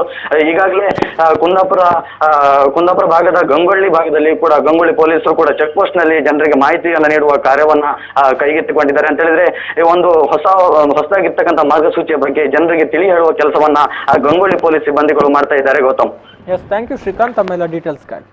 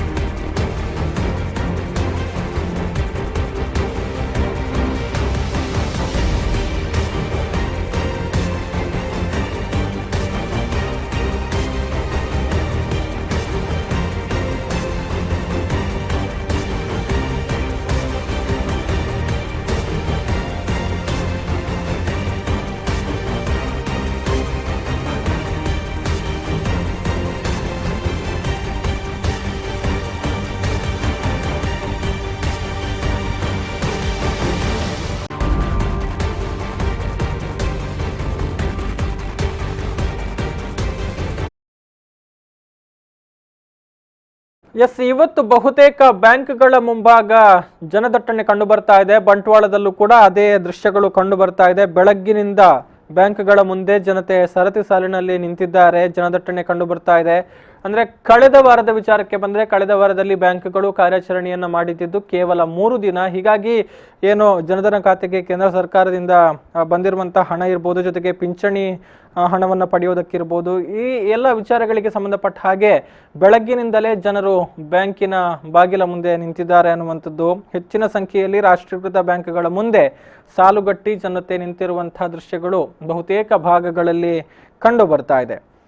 ಕಳೆದ ವಾರ ಕೇವಲ 3 ದಿನ ಕಾರ್ಯಾಚರಣೆಯನ್ನ ಮಾಡಿತ್ತು. ಅದರ ನಂತರ ಶುಕ್ರವಾರ ರಜಾ ದಿನ ಇತ್ತು, ಶನಿವಾರ ರಜಾ ದಿನ, ಭಾನುವಾರ ಅಂದ್ರೆ ನಿನ್ನೆ ಕೂಡ ರಜೆ ಇತ್ತು. ಇವತ್ತು ಒಂದು ಓಪನ್ ಇದೆ. ಮತ್ತೆ ನಾಳೆ ಅಂಬೇಡ್ಕರ್ ಜಯಂತಿ ಹಿನ್ನೆಲೆಯಲ್ಲಿ ಬ್ಯಾಂಕ್ಗಳು ರಜಾದಲ್ಲಿರುತ್ತೆ. ಹೀಗಾಗಿ ಇವತ್ತು ಹಣದ ಅವಶ್ಯಕತೆ ಇರುವಂತವರು ಹೆಚ್ಚಿನ ಸಂಖ್ಯೆಯಲ್ಲಿ ಬ್ಯಾಂಕಿನ ಮುಂದೆ ಜಮಾಯಿಸಿರುವಂತಹ ದೃಶ್ಯಗಳು ಕಂಡು ಬರ್ತಾ ಇದೆ. ಲಾಕ್ಡೌನ್ ಹಿನ್ನೆಲೆಯಲ್ಲಿ ಜನರ ಕೈಯಲ್ಲಿ ದುಡ್ಡಿಲ್ಲ, ಇನ್ನು ಬ್ಯಾಂಕಿನಿಂದ ತೆಗಿಬೇಕಾದಂತಹ ಅನಿವಾರ್ಯತೆ, ಬೇಕಿರುವಂತಹ ಅಗತ್ಯ ವಸ್ತುಗಳನ್ನು ಖರೀದಿ ಮಾಡುವಂತಹ ಹಿನ್ನೆಲೆಯಲ್ಲಿ ಹೀಗಾಗಿ ಬ್ಯಾಂಕ್ನಲ್ಲಿ ಇದ್ದಂತಹ ಎಲ್ಲ ಹಣವನ್ನ ಈಗ ನಗದೀಕರಣ ಮಾಡುವಂತಹ ನಿಟ್ಟಿನಲ್ಲಿ ಜನರು ಬ್ಯಾಂಕ್ನತ್ತ ದೌಡಾಯಿಸ್ತಾ ಇರುವಂತದ್ದು. ಅಂದ್ರೆ ಸಾಮಾನ್ಯವಾಗಿ ಬ್ಯಾಂಕ್ಗಳು ಕಾರ್ಯಾಚರಣೆಯನ್ನು ಅಥವಾ ಕಾರ್ಯಾರಂಭವನ್ನು ಮಾಡುವಂಥದ್ದು 10 ಗಂಟೆಗೆ, ಆದರೆ ಜನತೆ ಬೆಳಗ್ಗೆ 8 ಗಂಟೆಯಿಂದಲೇ ಬಂದು ಸರತಿ ಸಾಲಿನಲ್ಲಿ ನಿಂತಿದ್ರು ಅನ್ನುವಂಥ ವಿಚಾರಗಳು ತಿಳಿದು ಬರ್ತಾ ಇರುವಂಥದ್ದು. ಹೆಚ್ಚಿನ ಮಾಹಿತಿ ಕೊಡ್ತಾರೆ ಪ್ರತಿನಿಧಿ ಸಂದೀಪ್ ಸಾಲ್ಯಾನಿ, ಈಗ ನೇರ ಸಂಪರ್ಕದಲ್ಲಿದ್ದಾರೆ. ಹಲೋ ಸಂದೀಪ್. ನಮಸ್ತೆ ಗೌತಮ್. ಎಸ್, ಹೇಗಿದೆ ಜನದಟ್ಟಣೆ? ಈಗಾದ್ರೂ ಕಡಿಮೆ ಆಗಿದೆಯಾ ಬ್ಯಾಂಕ್ಗಳ ಮುಂದೆ ಅಂತ? ಇಲ್ಲ ಗೌತಮ್, ಇವತ್ತು ಬಂಟ್ವಾಳ ತಾಲೂಕಿನ ಸಾಕಷ್ಟು ಬ್ಯಾಂಕ್ಗಳ ಮುಂದೆ, ಅದರಲ್ಲೂ ವಿಶೇಷವಾಗಿ ರಾಷ್ಟ್ರೀಕೃತ ಬ್ಯಾಂಕ್ಗಳ ಮುಂದೆ ಜನದಟ್ಟಣೆ ಕಂಡು ಬಂದಿದೆ. ಯಾಕೆಂತ ಹೇಳಿದ್ರೆ ಕಳೆದ ವಾರ ಸಾಕಷ್ಟು ರಜೆ ದಿವಸಗಳು ಬಂದ ಕಾರಣಕ್ಕಾಗಿ ಜನರಿಗೆ ಸರಿಯಾದ ರೀತಿಯಲ್ಲಿ ವ್ಯವಹಾರಕ್ಕೆ ಬ್ಯಾಂಕಿಗೆ ಬರ್ಲಿಕ್ಕೆ ಆಗ್ಲಿಲ್ಲ. ಮಾತ್ರ ಅಲ್ಲ, ಈಗ ಲಾಕ್ಡೌನಿನಲ್ಲಿ ಜನರ ಕೈಯಲ್ಲಿ ಯಾವುದೇ ಕೆಲಸಕ್ಕೆ ಹೋಗದ ಕಾರಣಕ್ಕಾಗಿ ಜನರ ಕೈಯಲ್ಲಿ ಹಣ ಇಲ್ಲ. ಈ ಕಾರಣಕ್ಕಾಗಿ ಅನಿವಾರ್ಯವಾಗಿ ಅವರು ಬ್ಯಾಂಕಿಗೆ ಬರ್ಬೇಕಾಗ್ತದೆ. ಆದ್ರೆ ಈ ಮಧ್ಯೆ ಸಾಕಷ್ಟು ಸರ್ಕಾರಿ ರಜೆ ದಿನಗಳು ಇದ್ದ ಕಾರಣಕ್ಕಾಗಿ ಬ್ಯಾಂಕ್ಗಳು ಕೆಲಸವನ್ನು ನಿರ್ವಹಿಸಿಲ್ಲ. ಆ ಕಾರಣಕ್ಕಾಗಿ ಜನರಿಗೆ ಸರಿಯಾದ ರೀತಿಯಲ್ಲಿ ವ್ಯವಹಾರ ಮಾಡ್ಲಿಕ್ಕೆ ಬ್ಯಾಂಕಿಗೆ ಬರ್ಲಿಕ್ಕೆ ಆಗ್ಲಿಲ್ಲ.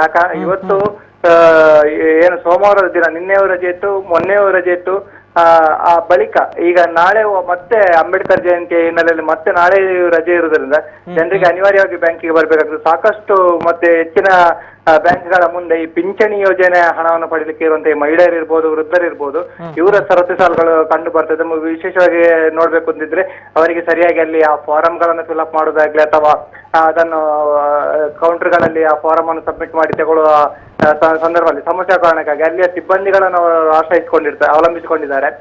ಅವರು ಆ ಸ್ಲಿಪ್ ಅನ್ನು ಬರೆದ ಬಳಿಕ ಅವರು ಕೌಂಟರ್ ಅಲ್ಲಿ ಹಣ ಪಡಿಬೇಕಾಗಿದೆ. ಈ ನಿಟ್ಟಿನಲ್ಲಿ ಸಾಕಷ್ಟು ದೊಡ್ಡ ಸರತಿ ಸಾಲುಗಳು ಕಂಡು ಬಂದಿದೆ. ವಿಶೇಷವಾಗಿ ಹೇಳ್ಬೇಕು ಅಂತಿದ್ದು, ಬ್ಯಾಂಕ್ ಓಪನ್ ಆಗುದು 10 ಗಂಟೆಗೆ, ಆದ್ರೆ 8 ಗಂಟೆಯಿಂದಲೇ ಜನರು ಬ್ಯಾಂಕಿನ ಮುಂದೆ ಜಮಾಯಿಸಿದ್ದಾರೆ.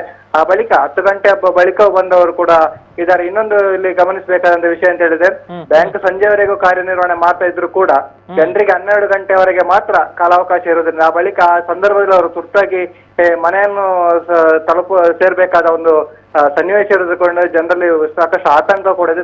ನಾ ಮುಂದೆ ಅನ್ನುವಂತ ರೀತಿಯಲ್ಲಿ ಮುಗಿಬೀಳ್ತಾ ಇದ್ದಾರೆ. ಸಾಮಾಜಿಕ ಅಂತರವನ್ನು ಕಾಯ್ದುಕೊಳ್ಬೇಕು ಅನ್ನುವಂತ ಒಂದು ಸೂಚನೆ ಇದ್ರೂ ಕೂಡ ಇಲ್ಲಿ ಒಂದು ತುರ್ತು ಸಂದರ್ಭ ಇರುವ ಕಾರಣಕ್ಕಾಗಿ ಜನರು ಬ್ಯಾಂಕ್ಗಳ ಮುಂದೆ ತುಂಬಲು ಬೀಳುವಂತ ದೃಶ್ಯ ಕಂಡು ಬಂದಿದೆ. ಇನ್ನು ಕೆಲವು ಬ್ಯಾಂಕ್ಗಳಲ್ಲಿ ಬ್ಯಾಂಕಿನ ಸಿಬ್ಬಂದಿಗಳೇ ಅಲ್ಲಿ ಸಾಮಾಜಿಕ ಅಂತರವನ್ನು ಕಾಯ್ಕೊಳ್ಳುವ ನಿಟ್ಟಿನಲ್ಲಿ ಅಲ್ಲಿ ಚೇರ್ಗಳನ್ನು ಅಂತರಾಗಿ ಹಾಕಿದ್ದಾರೆ. ಆದ್ರೆ ಹೆಚ್ಚಿನ ಬ್ಯಾಂಕ್ಗಳಲ್ಲಿ ಯಾವುದೇ ರೀತಿಯ ಸಾಮಾಜಿಕ ಅಂತರ ಕಾಣು ಬರ್ತಾ ಇಲ್ಲ. ಮಾತ್ರ ಸಾಕಷ್ಟು ಗ್ರಾಮೀಣ ಭಾಗದ ಜನರು, ಅಂದ್ರೆ ನಗರ ಭಾಗದ ಜನರು ಈಗಾಗಲೇ ಡಿಜಿಟಲ್ ಇರ್ಬೋದು ಅಥವಾ ಆನ್ಲೈನ್ ಬ್ಯಾಂಕಿಂಗ್ ಮೂಲಕ ವ್ಯವಹಾರ ಮಾಡ್ತಾ ಇದ್ರೆ, ಗ್ರಾಮೀಣ ಭಾಗದ ಜನರು ದೂರದ ಊರುಗಳಿಂದ ರಿಕ್ಷಾದಲ್ಲಿ ಬ್ಯಾಂಕ್ ಮುಂದೆ ಬಂದು ಅಲ್ಲಿ ನಿಂತುಕೊಂಡು ಹಣವನ್ನು ಪಡೆಯುವ ಒಂದು ಸನ್ನಿವೇಶ ಎದುರ ಕಾರಣಕ್ಕೆ ಮತ್ತೆ ಇದೊಂದು 12 ಗಂಟೆ ಒಳಗೆ ಒಂದು ವ್ಯವಹಾರವನ್ನು ಅವರು ಮಾಡಿ ಮುಗಿಸಬೇಕಾದ ಒಂದು ಸನ್ನಿವೇಶ ನಿರ್ಮಾಣ ಆಗಿರೋದ್ರಿಂದ ಜನರು ತುಂಬಾ ತೊಂದರೆಗೆ ಒಳಗಾಗಿದ್ದಾರೆ. Gautam. Yes, thank you Sandeep ತಮ್ಮೆಲ್ಲ ಮಾಹಿತಿಗಾಗಿ.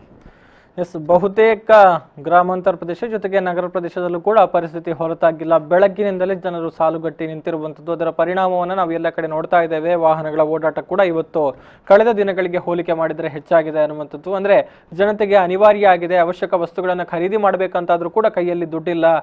ಬ್ಯಾಂಕಿನಲ್ಲಿ ಇದ್ದದ್ದನ್ನೇ ಈಗ ಪಡೆದುಕೊಳ್ಬೇಕಾದಂಥ ಪರಿಸ್ಥಿತಿ. ಹೀಗಾಗಿ ಅದರ ಜೊತೆಗೆ ಇರುವಂಥ ಮತ್ತೊಂದು ಸವಾಲು 12 ಗಂಟೆಯ ಒಳಗೆ ತಮ್ಮ ಎಲ್ಲ ಕೆಲಸಗಳನ್ನು ಮುಗಿಸಿಕೊಳ್ಬೇಕು ಅನ್ನುವಂಥದ್ದು. ಸೊ ಬೆಳಗ್ಗೆ 8 ಗಂಟೆಯಿಂದಲೇ ಬ್ಯಾಂಕ್ಗಳ ಮುಂಭಾಗ ಬಂದು ಸಾಲುಗಟ್ಟಿ ನಿಂತು ತಮಗೆ ಬೇಕಾದಂತಹ ಹಣವನ್ನು ಪಡೆಯುವುದಕ್ಕೆ ಕಷ್ಟಪಡ್ತಾ ಇದ್ದಾರೆ ಅನ್ನುವಂಥದ್ದನ್ನು ನೋಡಬಹುದಾಗಿದೆ.